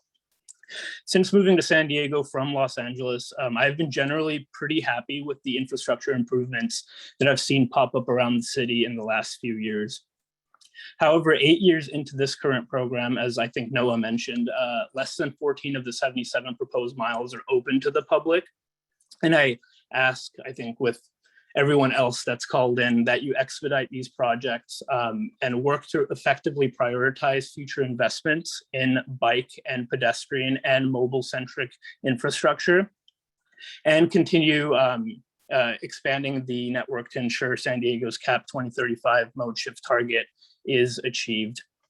And I support this budget amendment primarily for 3 reasons.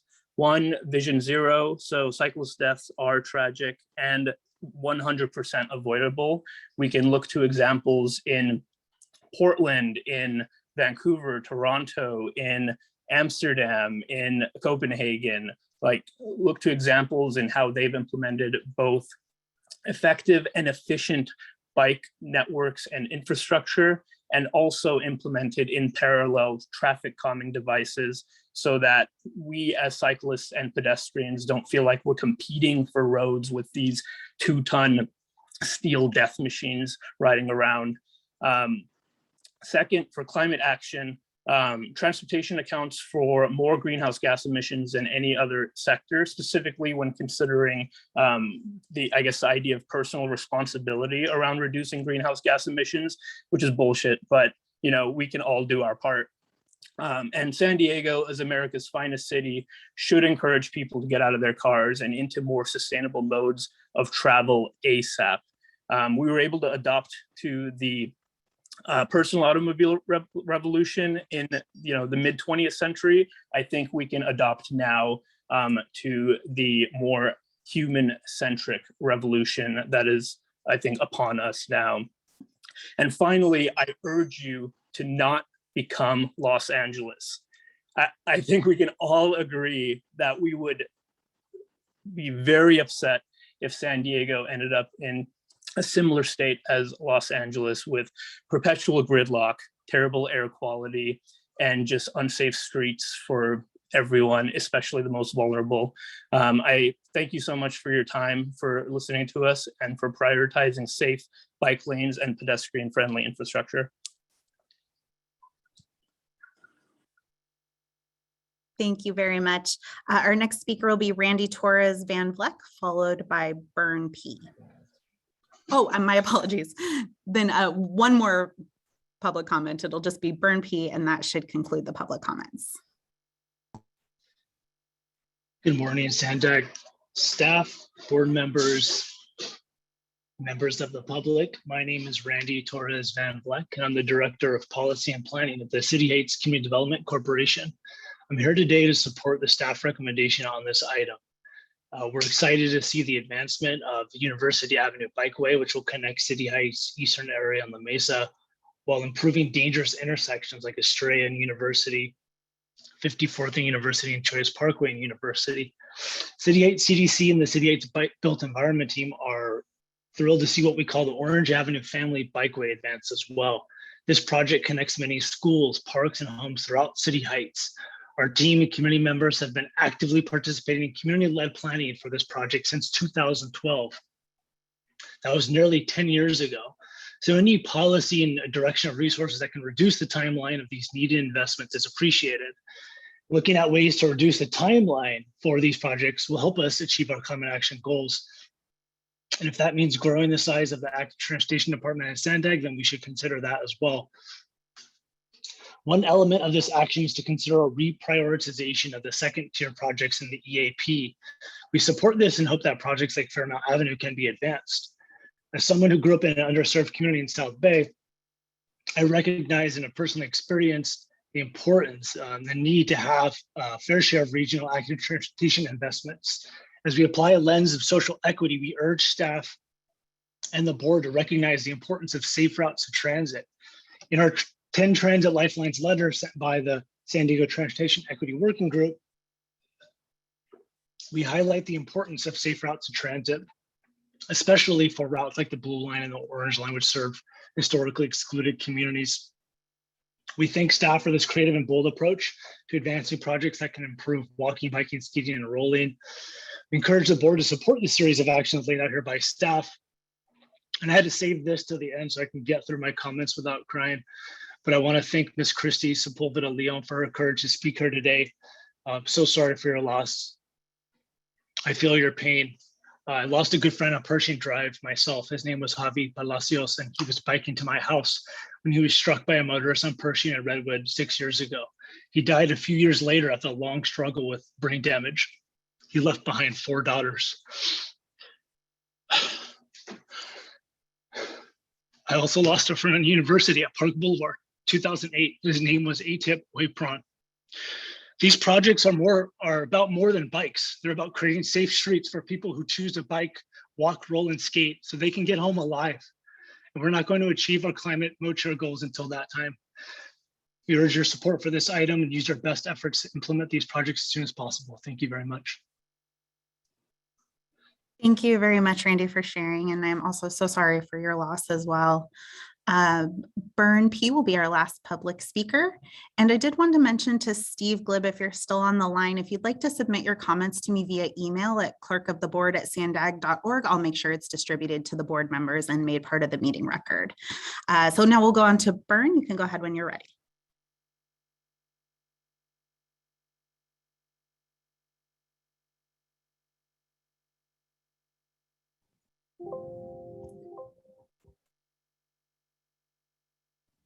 Byrne, I do see that you're unmuted. If you can go ahead whenever you're ready.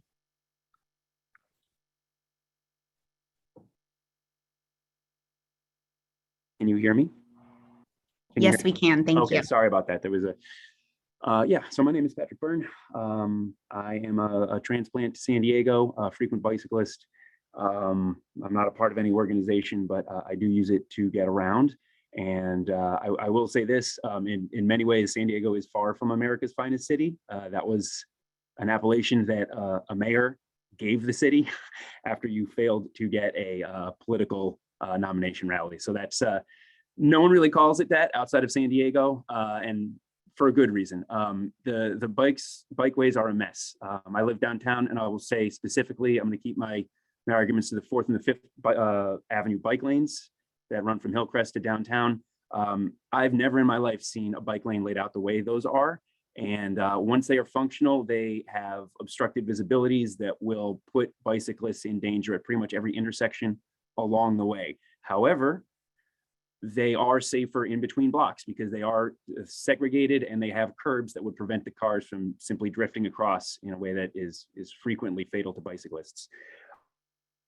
If they were open, they've been concrete for everything is just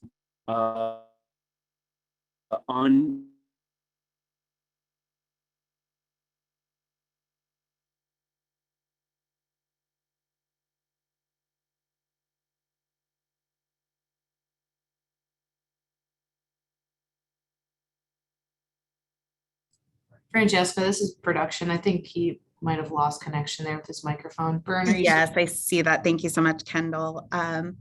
Bern, if you're still on the line and able to hear me, again, if you'd like to submit your comments to me via email at clerkoftheboard@sandag.org, I'll make sure those are distributed to the members.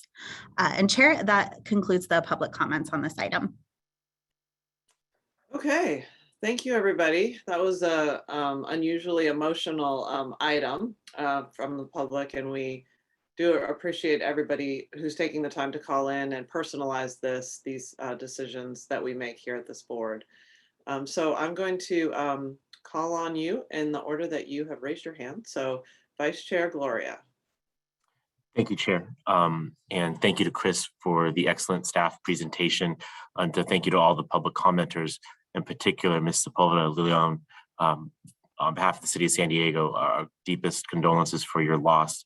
I hope that today's action, as well as the actions the city is taking unilaterally to move forward with increasing safety in the Pershing corridor, it certainly can't make up for your loss, but I hope that it gives some comfort to understand that this was not in vain, and that progress and improvements will come from what your family's having to endure. And as a personal matter, I can't imagine the amount of strength it takes to make the testimony that you gave today.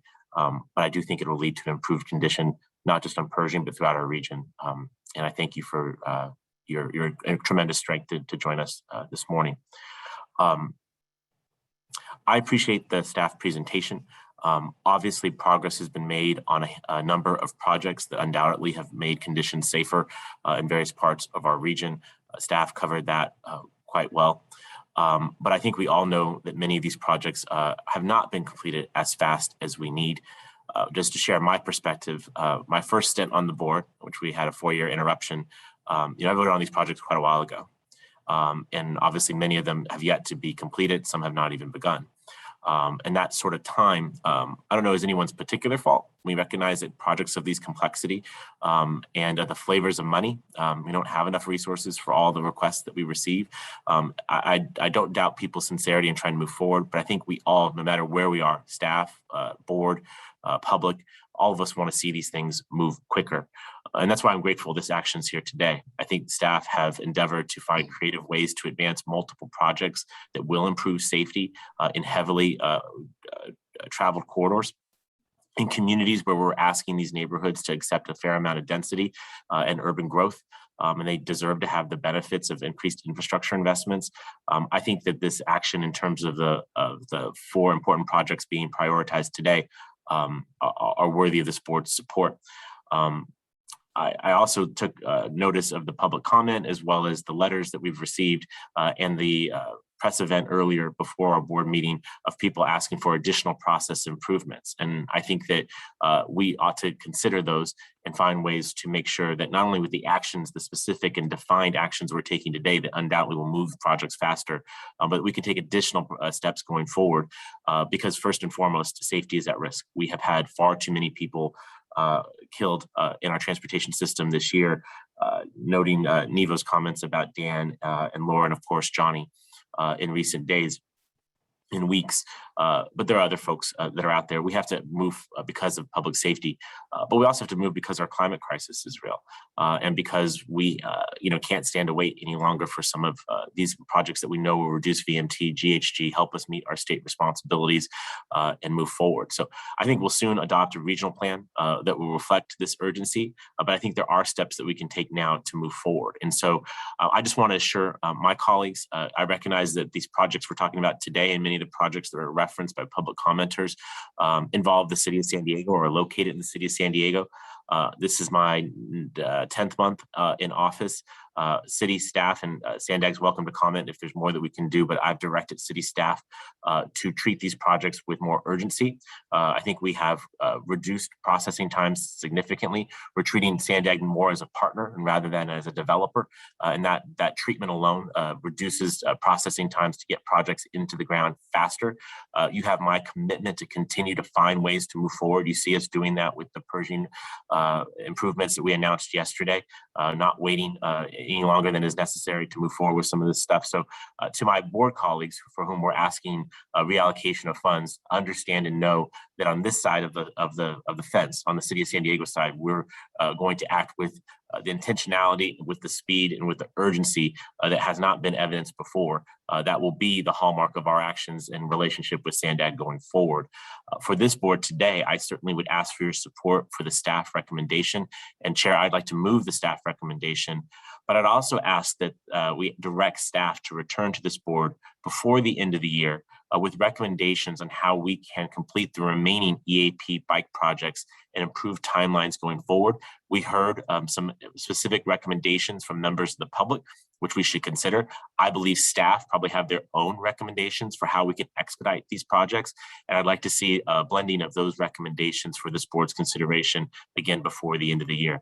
That would be my motion. Again, inclusive of the staff recommendation with that additional direction to our staff, and encourage and appreciate my board colleagues' support. Obviously, the cost of inaction is high. It's not just dollars and cents, it's in lives. I'm hopeful we can take strong action today to signal to people that we get it and that we're going to act faster to protect the lives of those who wish to travel about our region. Esther and Del Mar, I'll second Mayor Gloria's motion. Okay, thank you. I just want to clarify that your motion is staff recommendation plus staff returning before the end of the year with recommendations on how to expedite the EAP projects. And that's basically like a process improvement or a policy document that would govern how Sandag staff would operate when it comes to our bike projects and the things that are under Sandag staff's control. That's what you're getting at with that change to that addition to the motion. Well, I'd accept any suggestions that staff have. We do have some, I think, worthy suggestions from the public. I hope that's acceptable to you, Chair. I do think we can do some more process improvements, and I'd like to hear staff's suggestions on what we can do again before the year is out. Yes, no, I agree, but and it's been seconded. I just wanted to make sure it was clear what the direction was to staff when they go back and try to figure this out, that it is actually specific things that we would be expecting back by the end of the year for process improvements. Yes. Yeah. Okay, great. Okay, so there's a motion and a second, but and let's see, it's being written up here for the end. Okay, does that seem accurate? Yes, it is, Chair. Okay, great. Okay, Mayor Gasterlin, thank you. Yes, thank you. This is one of the most important steps this board can take this year, I believe. Bikes are the last mile. All our speakers have said so much that needs to be said. I'm going to add a few comments. Swati Tyagi died on June 24th. She was a postdoc, a promising scientist with a small baby at home who was struck from behind on Torrey Pines Road approaching La Jolla Village Drive. This is another person who is a great loss to the scientific community, to our community, and to San Diego in general, and adds to the list that we heard from. And I want to thank Ms. Sepulveda Leon for sharing her story. I'd like us to listen to the bicycle commuter community. I'm one of them. We gave up a car and we now have an e-bike plus one extra for each person in our household. And because of that, I'm aware of why people don't ride bikes for those first miles and those last miles. we have a lot more bike riders. We have a perception about bike safety that keeps people from biking instead of driving. We have resistance to new bike lanes from drivers who hesitate to mix with bikes. We have drivers who become resentful and impatient, and quite frankly, we have bikers who become resentful and impatient. It's all over the place. So Mayor Gloria, I really commend you for moving this forward and pushing hard. And I am in full and complete support of this motion. I truly hope that we have a unanimous vote on it. Thank you. Well, thank you, Mayor. Next, we have Council President Campbell.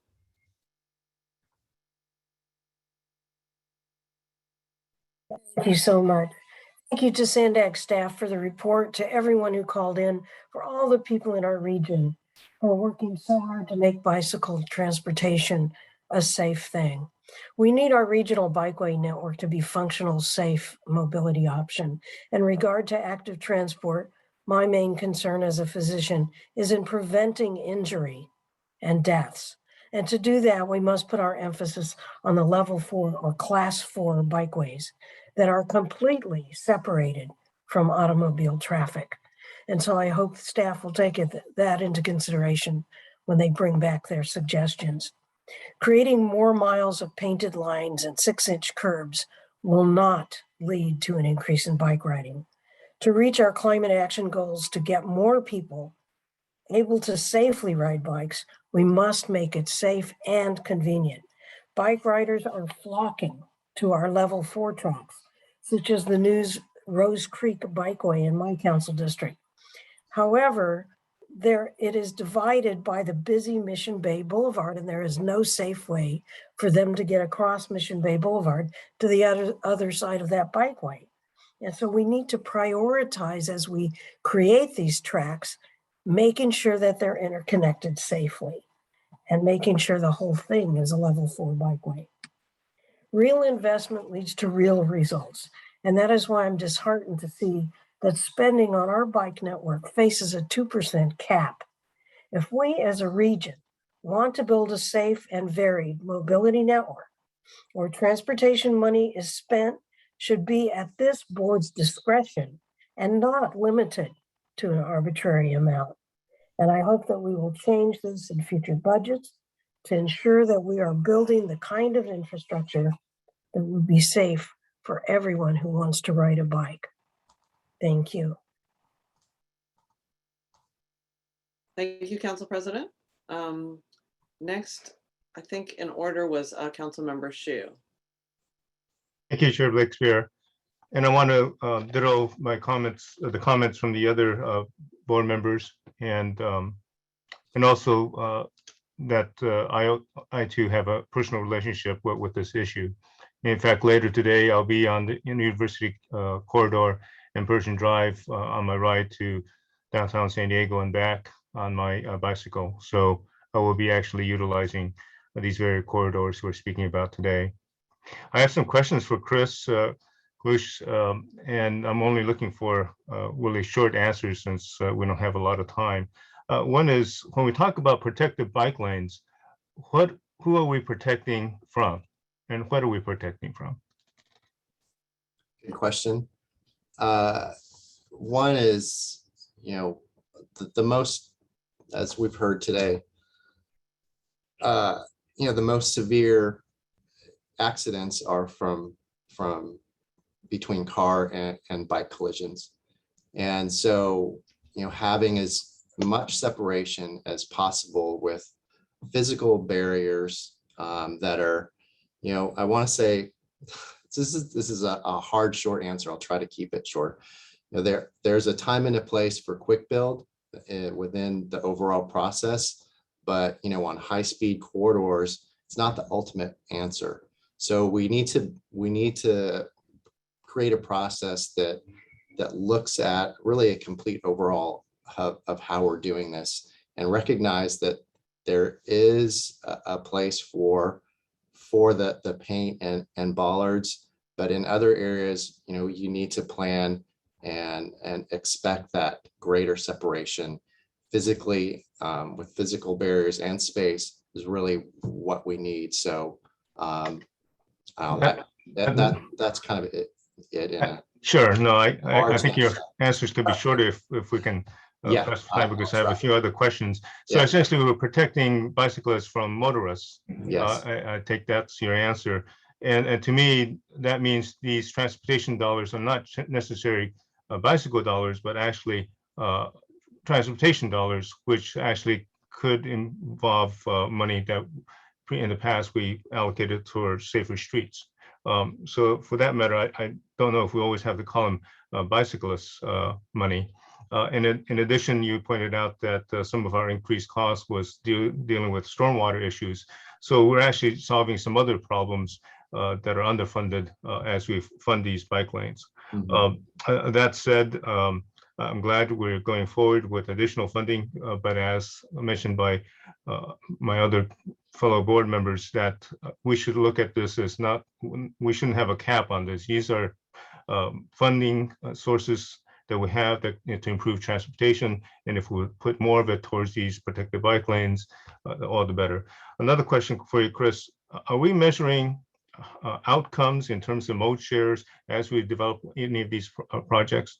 Yeah, the program includes a pretty extensive monitoring and evaluation program where we'll look at before and after, not just numbers, but in certain locations, rider and car behavior as well, to see the effectiveness of the different designs. So many of our cities have climate action plans with mode share shifts. Are we contributing percentage-wise there? When are we going to get 2-3% mode share in bike travel? Not soon enough, but it's creeping up slowly.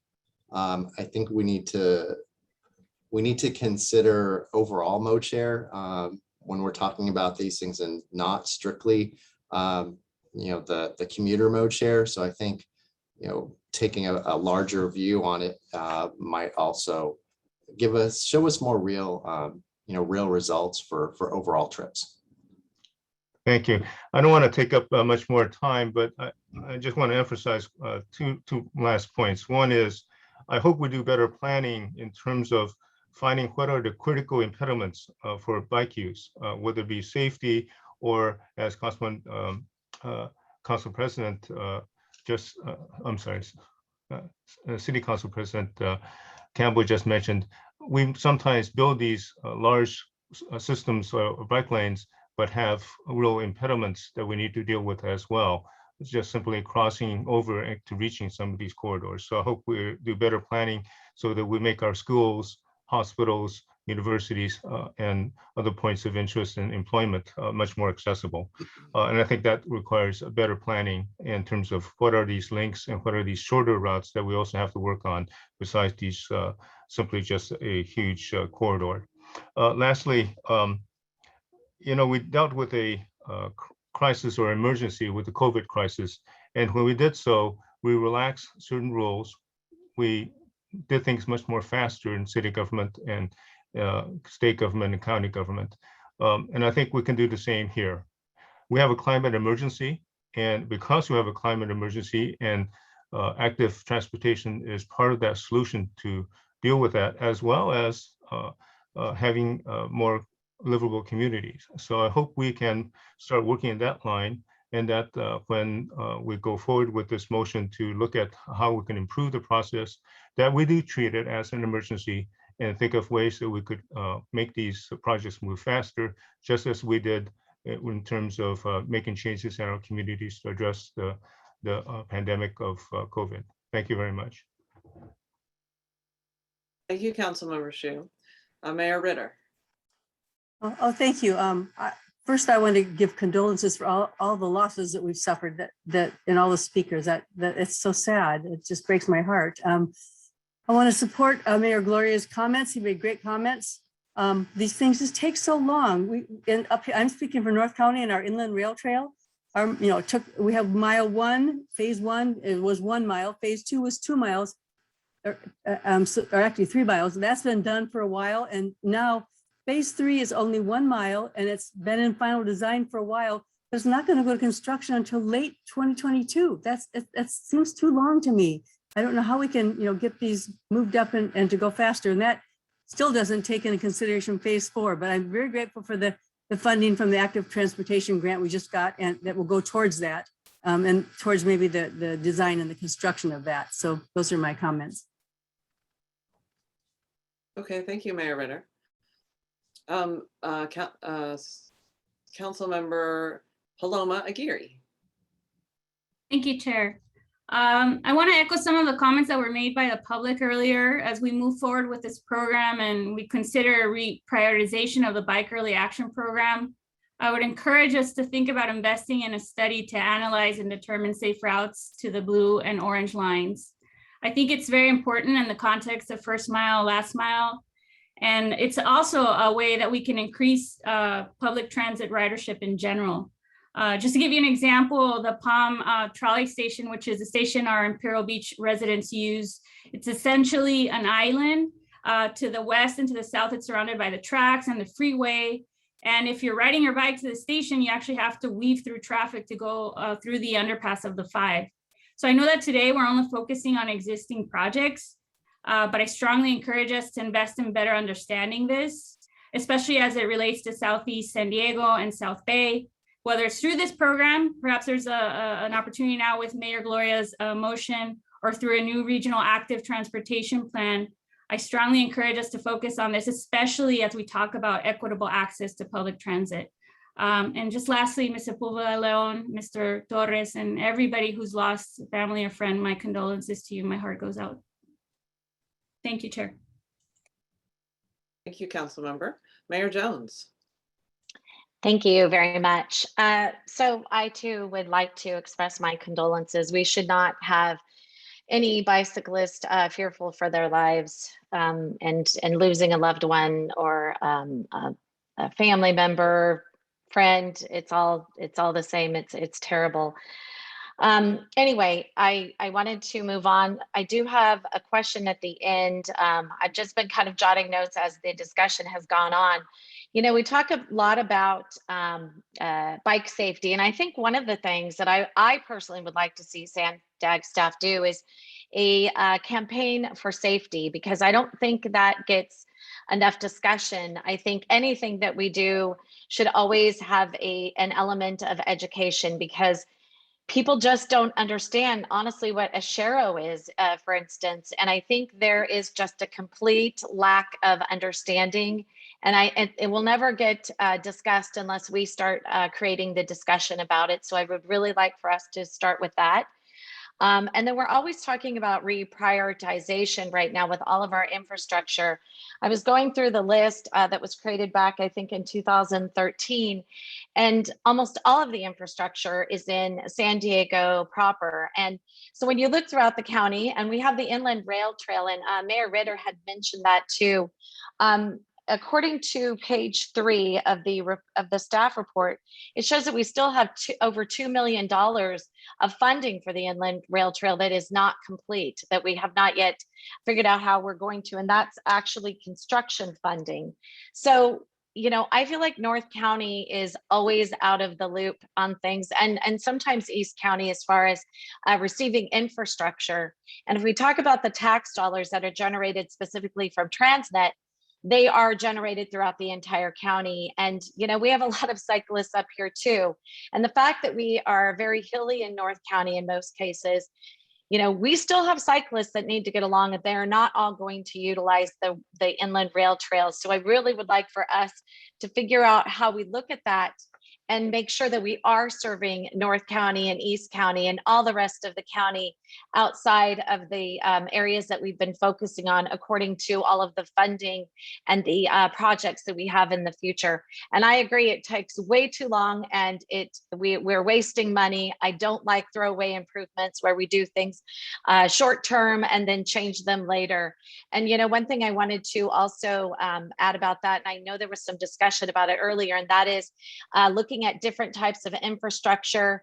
It's great when you've got like a lot of land in areas where you can have a totally separate bike lane. But let's face it, that's not actually what's really happening here throughout the county, because a lot of our communities are already built and you just can't put in bike lanes. So we need to figure out how to keep our cyclists the safest.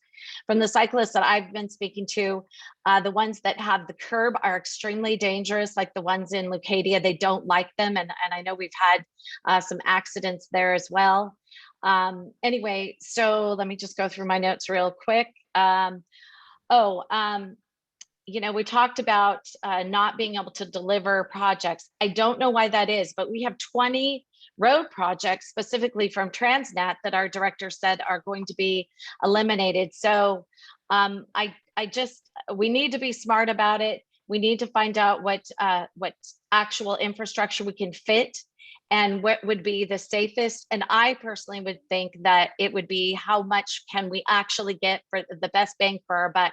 And sometimes it's not going to be, and I also heard from cyclists that the candlesticks, they don't like those as well because they're dangerous. They bump into them. It can make them fall and then create accidents. So anyway, I just would hope that we really are very careful about spending our money.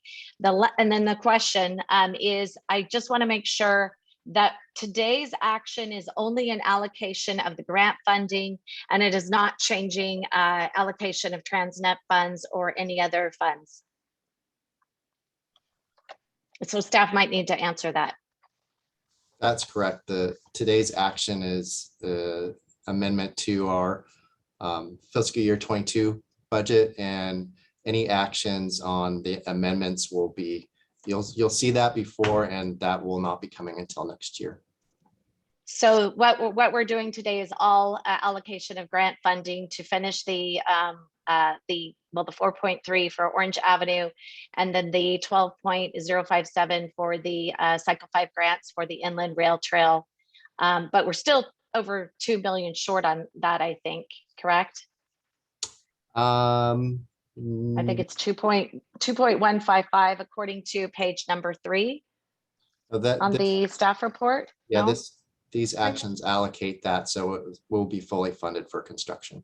Yeah, so board member Jones, if I can help to clarify, the 2.108 million would be coming from the Comprehensive Multimodal Corridor Plan Program. I'm Rachel Kennedy, I'm the manager for that program. And we went through and we took a look at all of the budgets. We have 11 corridor plans that the board approved budget for in September 2019. At the time, we hadn't done any of those corridor plans, and so we had a kind of baseline cost estimate that we did for each of them. We currently have 5 corridor plans that are currently underway and have a better estimate for how much it costs to complete each of the corridor plans. So we took a look at the 6 plans that we have not yet started, and did a cost estimate for those, and identified that there were 2 plans, the airport to airport and the State Route 56, where we believed we could do those plans for $2 million instead of the $3 million that had been previously allocated. And then we reduced the budget of the State Route 125 corridor plan by $108,000. And we're confident that we can complete those 3 corridor plans with those modified budgets. So to clarify to your question, I believe you're asking both about the acceptance of the grant money and then that additional fund.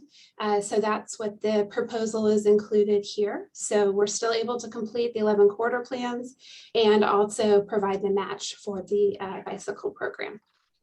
Okay, so in the future, I would ask that when we're talking about the fiscal impact, that it goes into greater detail so that we can see where every dollar is allocated. I think for transparency, it would be greatly appreciated because it's very hard to find that information. And I thank you so much, Rachel. I really appreciate your taking the time to explain that to us. Thank you. Okay, thank you, Mayor. Mayor Bailey. Thank you, Chair. I will certainly be supportive of San Diego Mayor Gloria's motion. Coronado is a very bike-friendly community, and we do build our own, of course, bike infrastructure within the city of Coronado where appropriate and as our budget allows. I think one thing that the SANDAG board needs to consider going forward with potential long-term funding measures is kind of where we've been as a SANDAG board and what the potential is going forward. So it was stated in the staff report about a potential, future funding for the bike program would come from redefining major corridors to include the bike program. And really what it comes down to for me when I consider this is that, Transnet unfortunately kind of overpromised and underdelivered for all highways, roads, transit, and the bike program as well. And the reason the 2022 program budget was the first year San Diego was unable to add Transnet funds to the regional bike program was because revenues for the bike program, current ones coming in, are going towards the payment of debt service for borrowed funds that were used to expedite the delivery of the bike program, for the past several years. So although I'm supportive of the motion that's currently on the floor right now, I wouldn't be supportive of increasing or putting the bike program under the major corridor bucket for Transnet. And the reason I wouldn't be in favor of that when this comes back in front of the board at a future date is because right now the bike program does have a dedicated bucket. Transit has 2 dedicated buckets. Transit also participates in the major corridor bucket. And so the major corridor bucket is really the only bucket where highways really receive any significant funding from. And so if everything is defined as a major corridor, then really nothing is a major corridor. And so I am supportive of the motion, but I am weary of reprioritizing funding going forward. They would take away funding from highways. Okay, thank you, Mayor. I appreciate hearing your perspective. I think Jim Linthicum had his hand up for a little while. So go ahead, and then we'll go to Councilmember Rodriguez. Yes, thank you, Chair. I just want to say from a staff perspective, I can attest about the support from Mayor Gloria. His personal involvement in this, I've been part of that, and it's been wonderful and very, very helpful. And city staff has reacted accordingly. For those of you who have worked with me on capital projects in the past, know that nobody is more impatient about how long these projects take to deliver than me. So you have absolutely my support. And I can't tell you how much it means to staff to have your support, the political support, to move these projects faster, because it does take all of us to do that. And finally, I'd just like to say that, a lot of the delay of our projects wasn't because we were taking longer as staff or community involvement or things like that. It was because we were getting projects shovel ready. And then those projects had to compete for construction funding. For example, Mayor Ritter is referencing the Inland Rail Trail. And so it's always been our goal with all of our capital projects is to get as many projects shovel ready as we can so that they can successfully compete. But sometimes that takes a few years to happen because we don't have all the money to be able to build things. Obviously, construction being the biggest capital outlay. So thank you very much. I know Hassan wanted to also make a comment. Thank you, Jim. And I agree comments, and I want to thank publicly Mayor Gloria because we have a new partner in the city that's really working as one team to move this. But I also, to the comments from the board members, we are coming back to you to revisit the adopted 2019 adopted RTIP. It's about $600 million RTIP.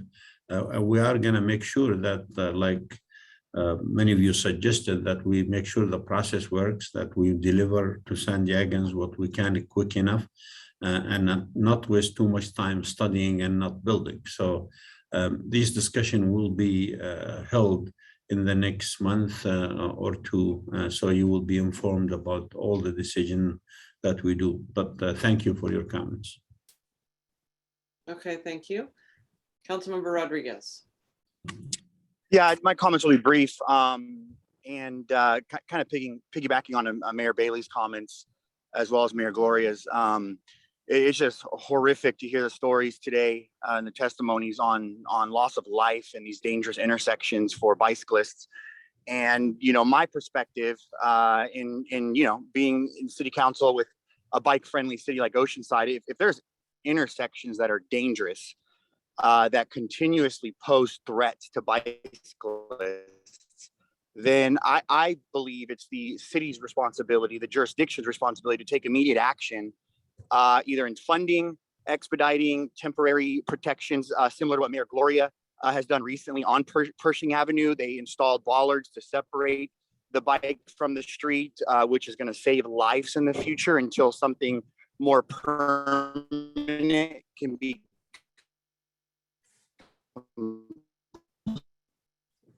complete. I think it's to protect its citizens and to do it more urgent initiative in approaching Sandag and matching funding and doing whatever we can to enhance bike paths. So, aside from delay and the normal bureaucracy of getting things done, I think that there needs to be some better initiative with the jurisdictions to take a more aggressive approach in approaching Sandag and coming up with additional local funding to expedite projects. And so I'll just leave my comments at that.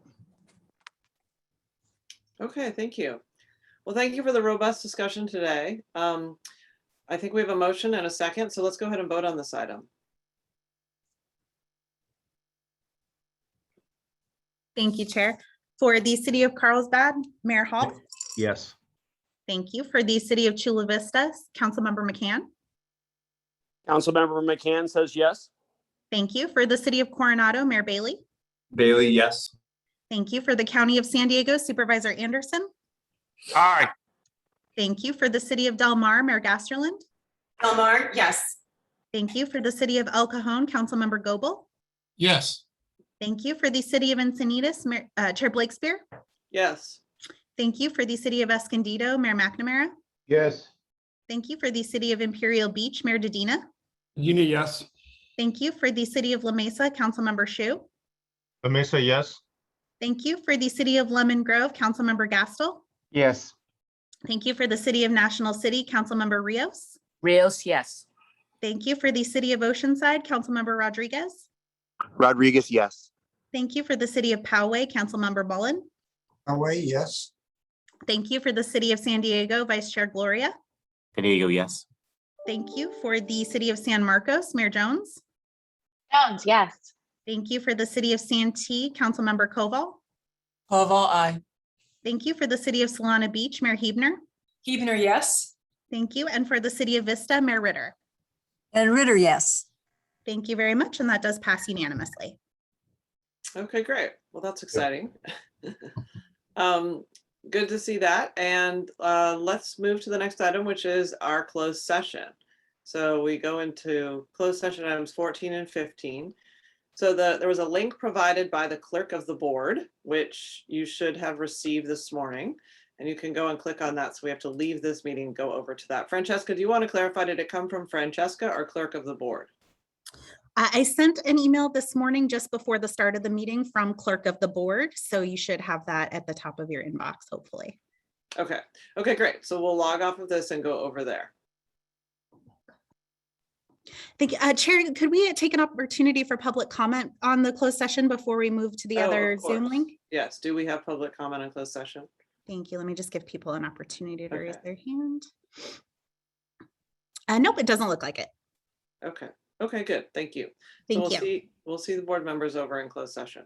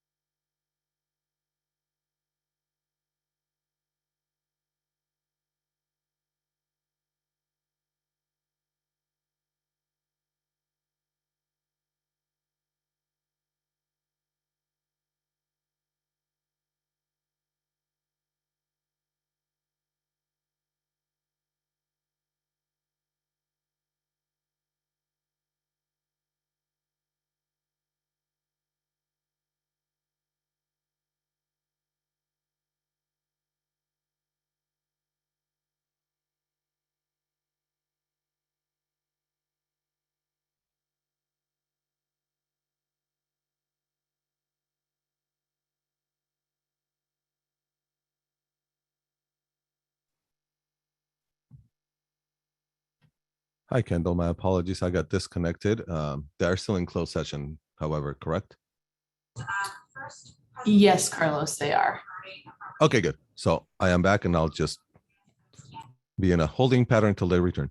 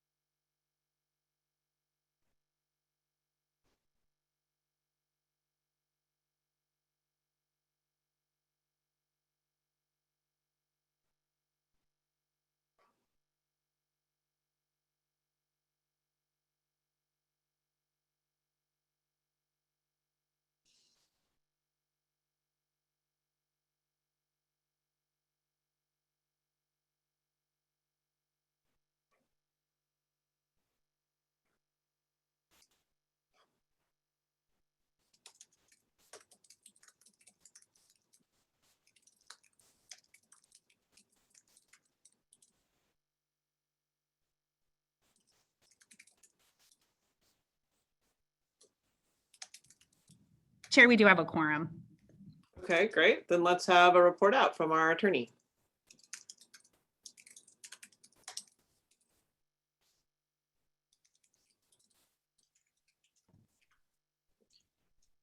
On items 14 and 15, the Board of Directors met in closed session and were briefed on the referenced litigation. There is no reportable action at this time. Okay, well, that was good and quick. Thank you for the update. So let's see, this is the end of our meeting. So our next Board of Directors meeting is October 8th, 2021 at 9 a.m. This meeting is officially adjourned. So have a great weekend, everybody. See you later. Thank you.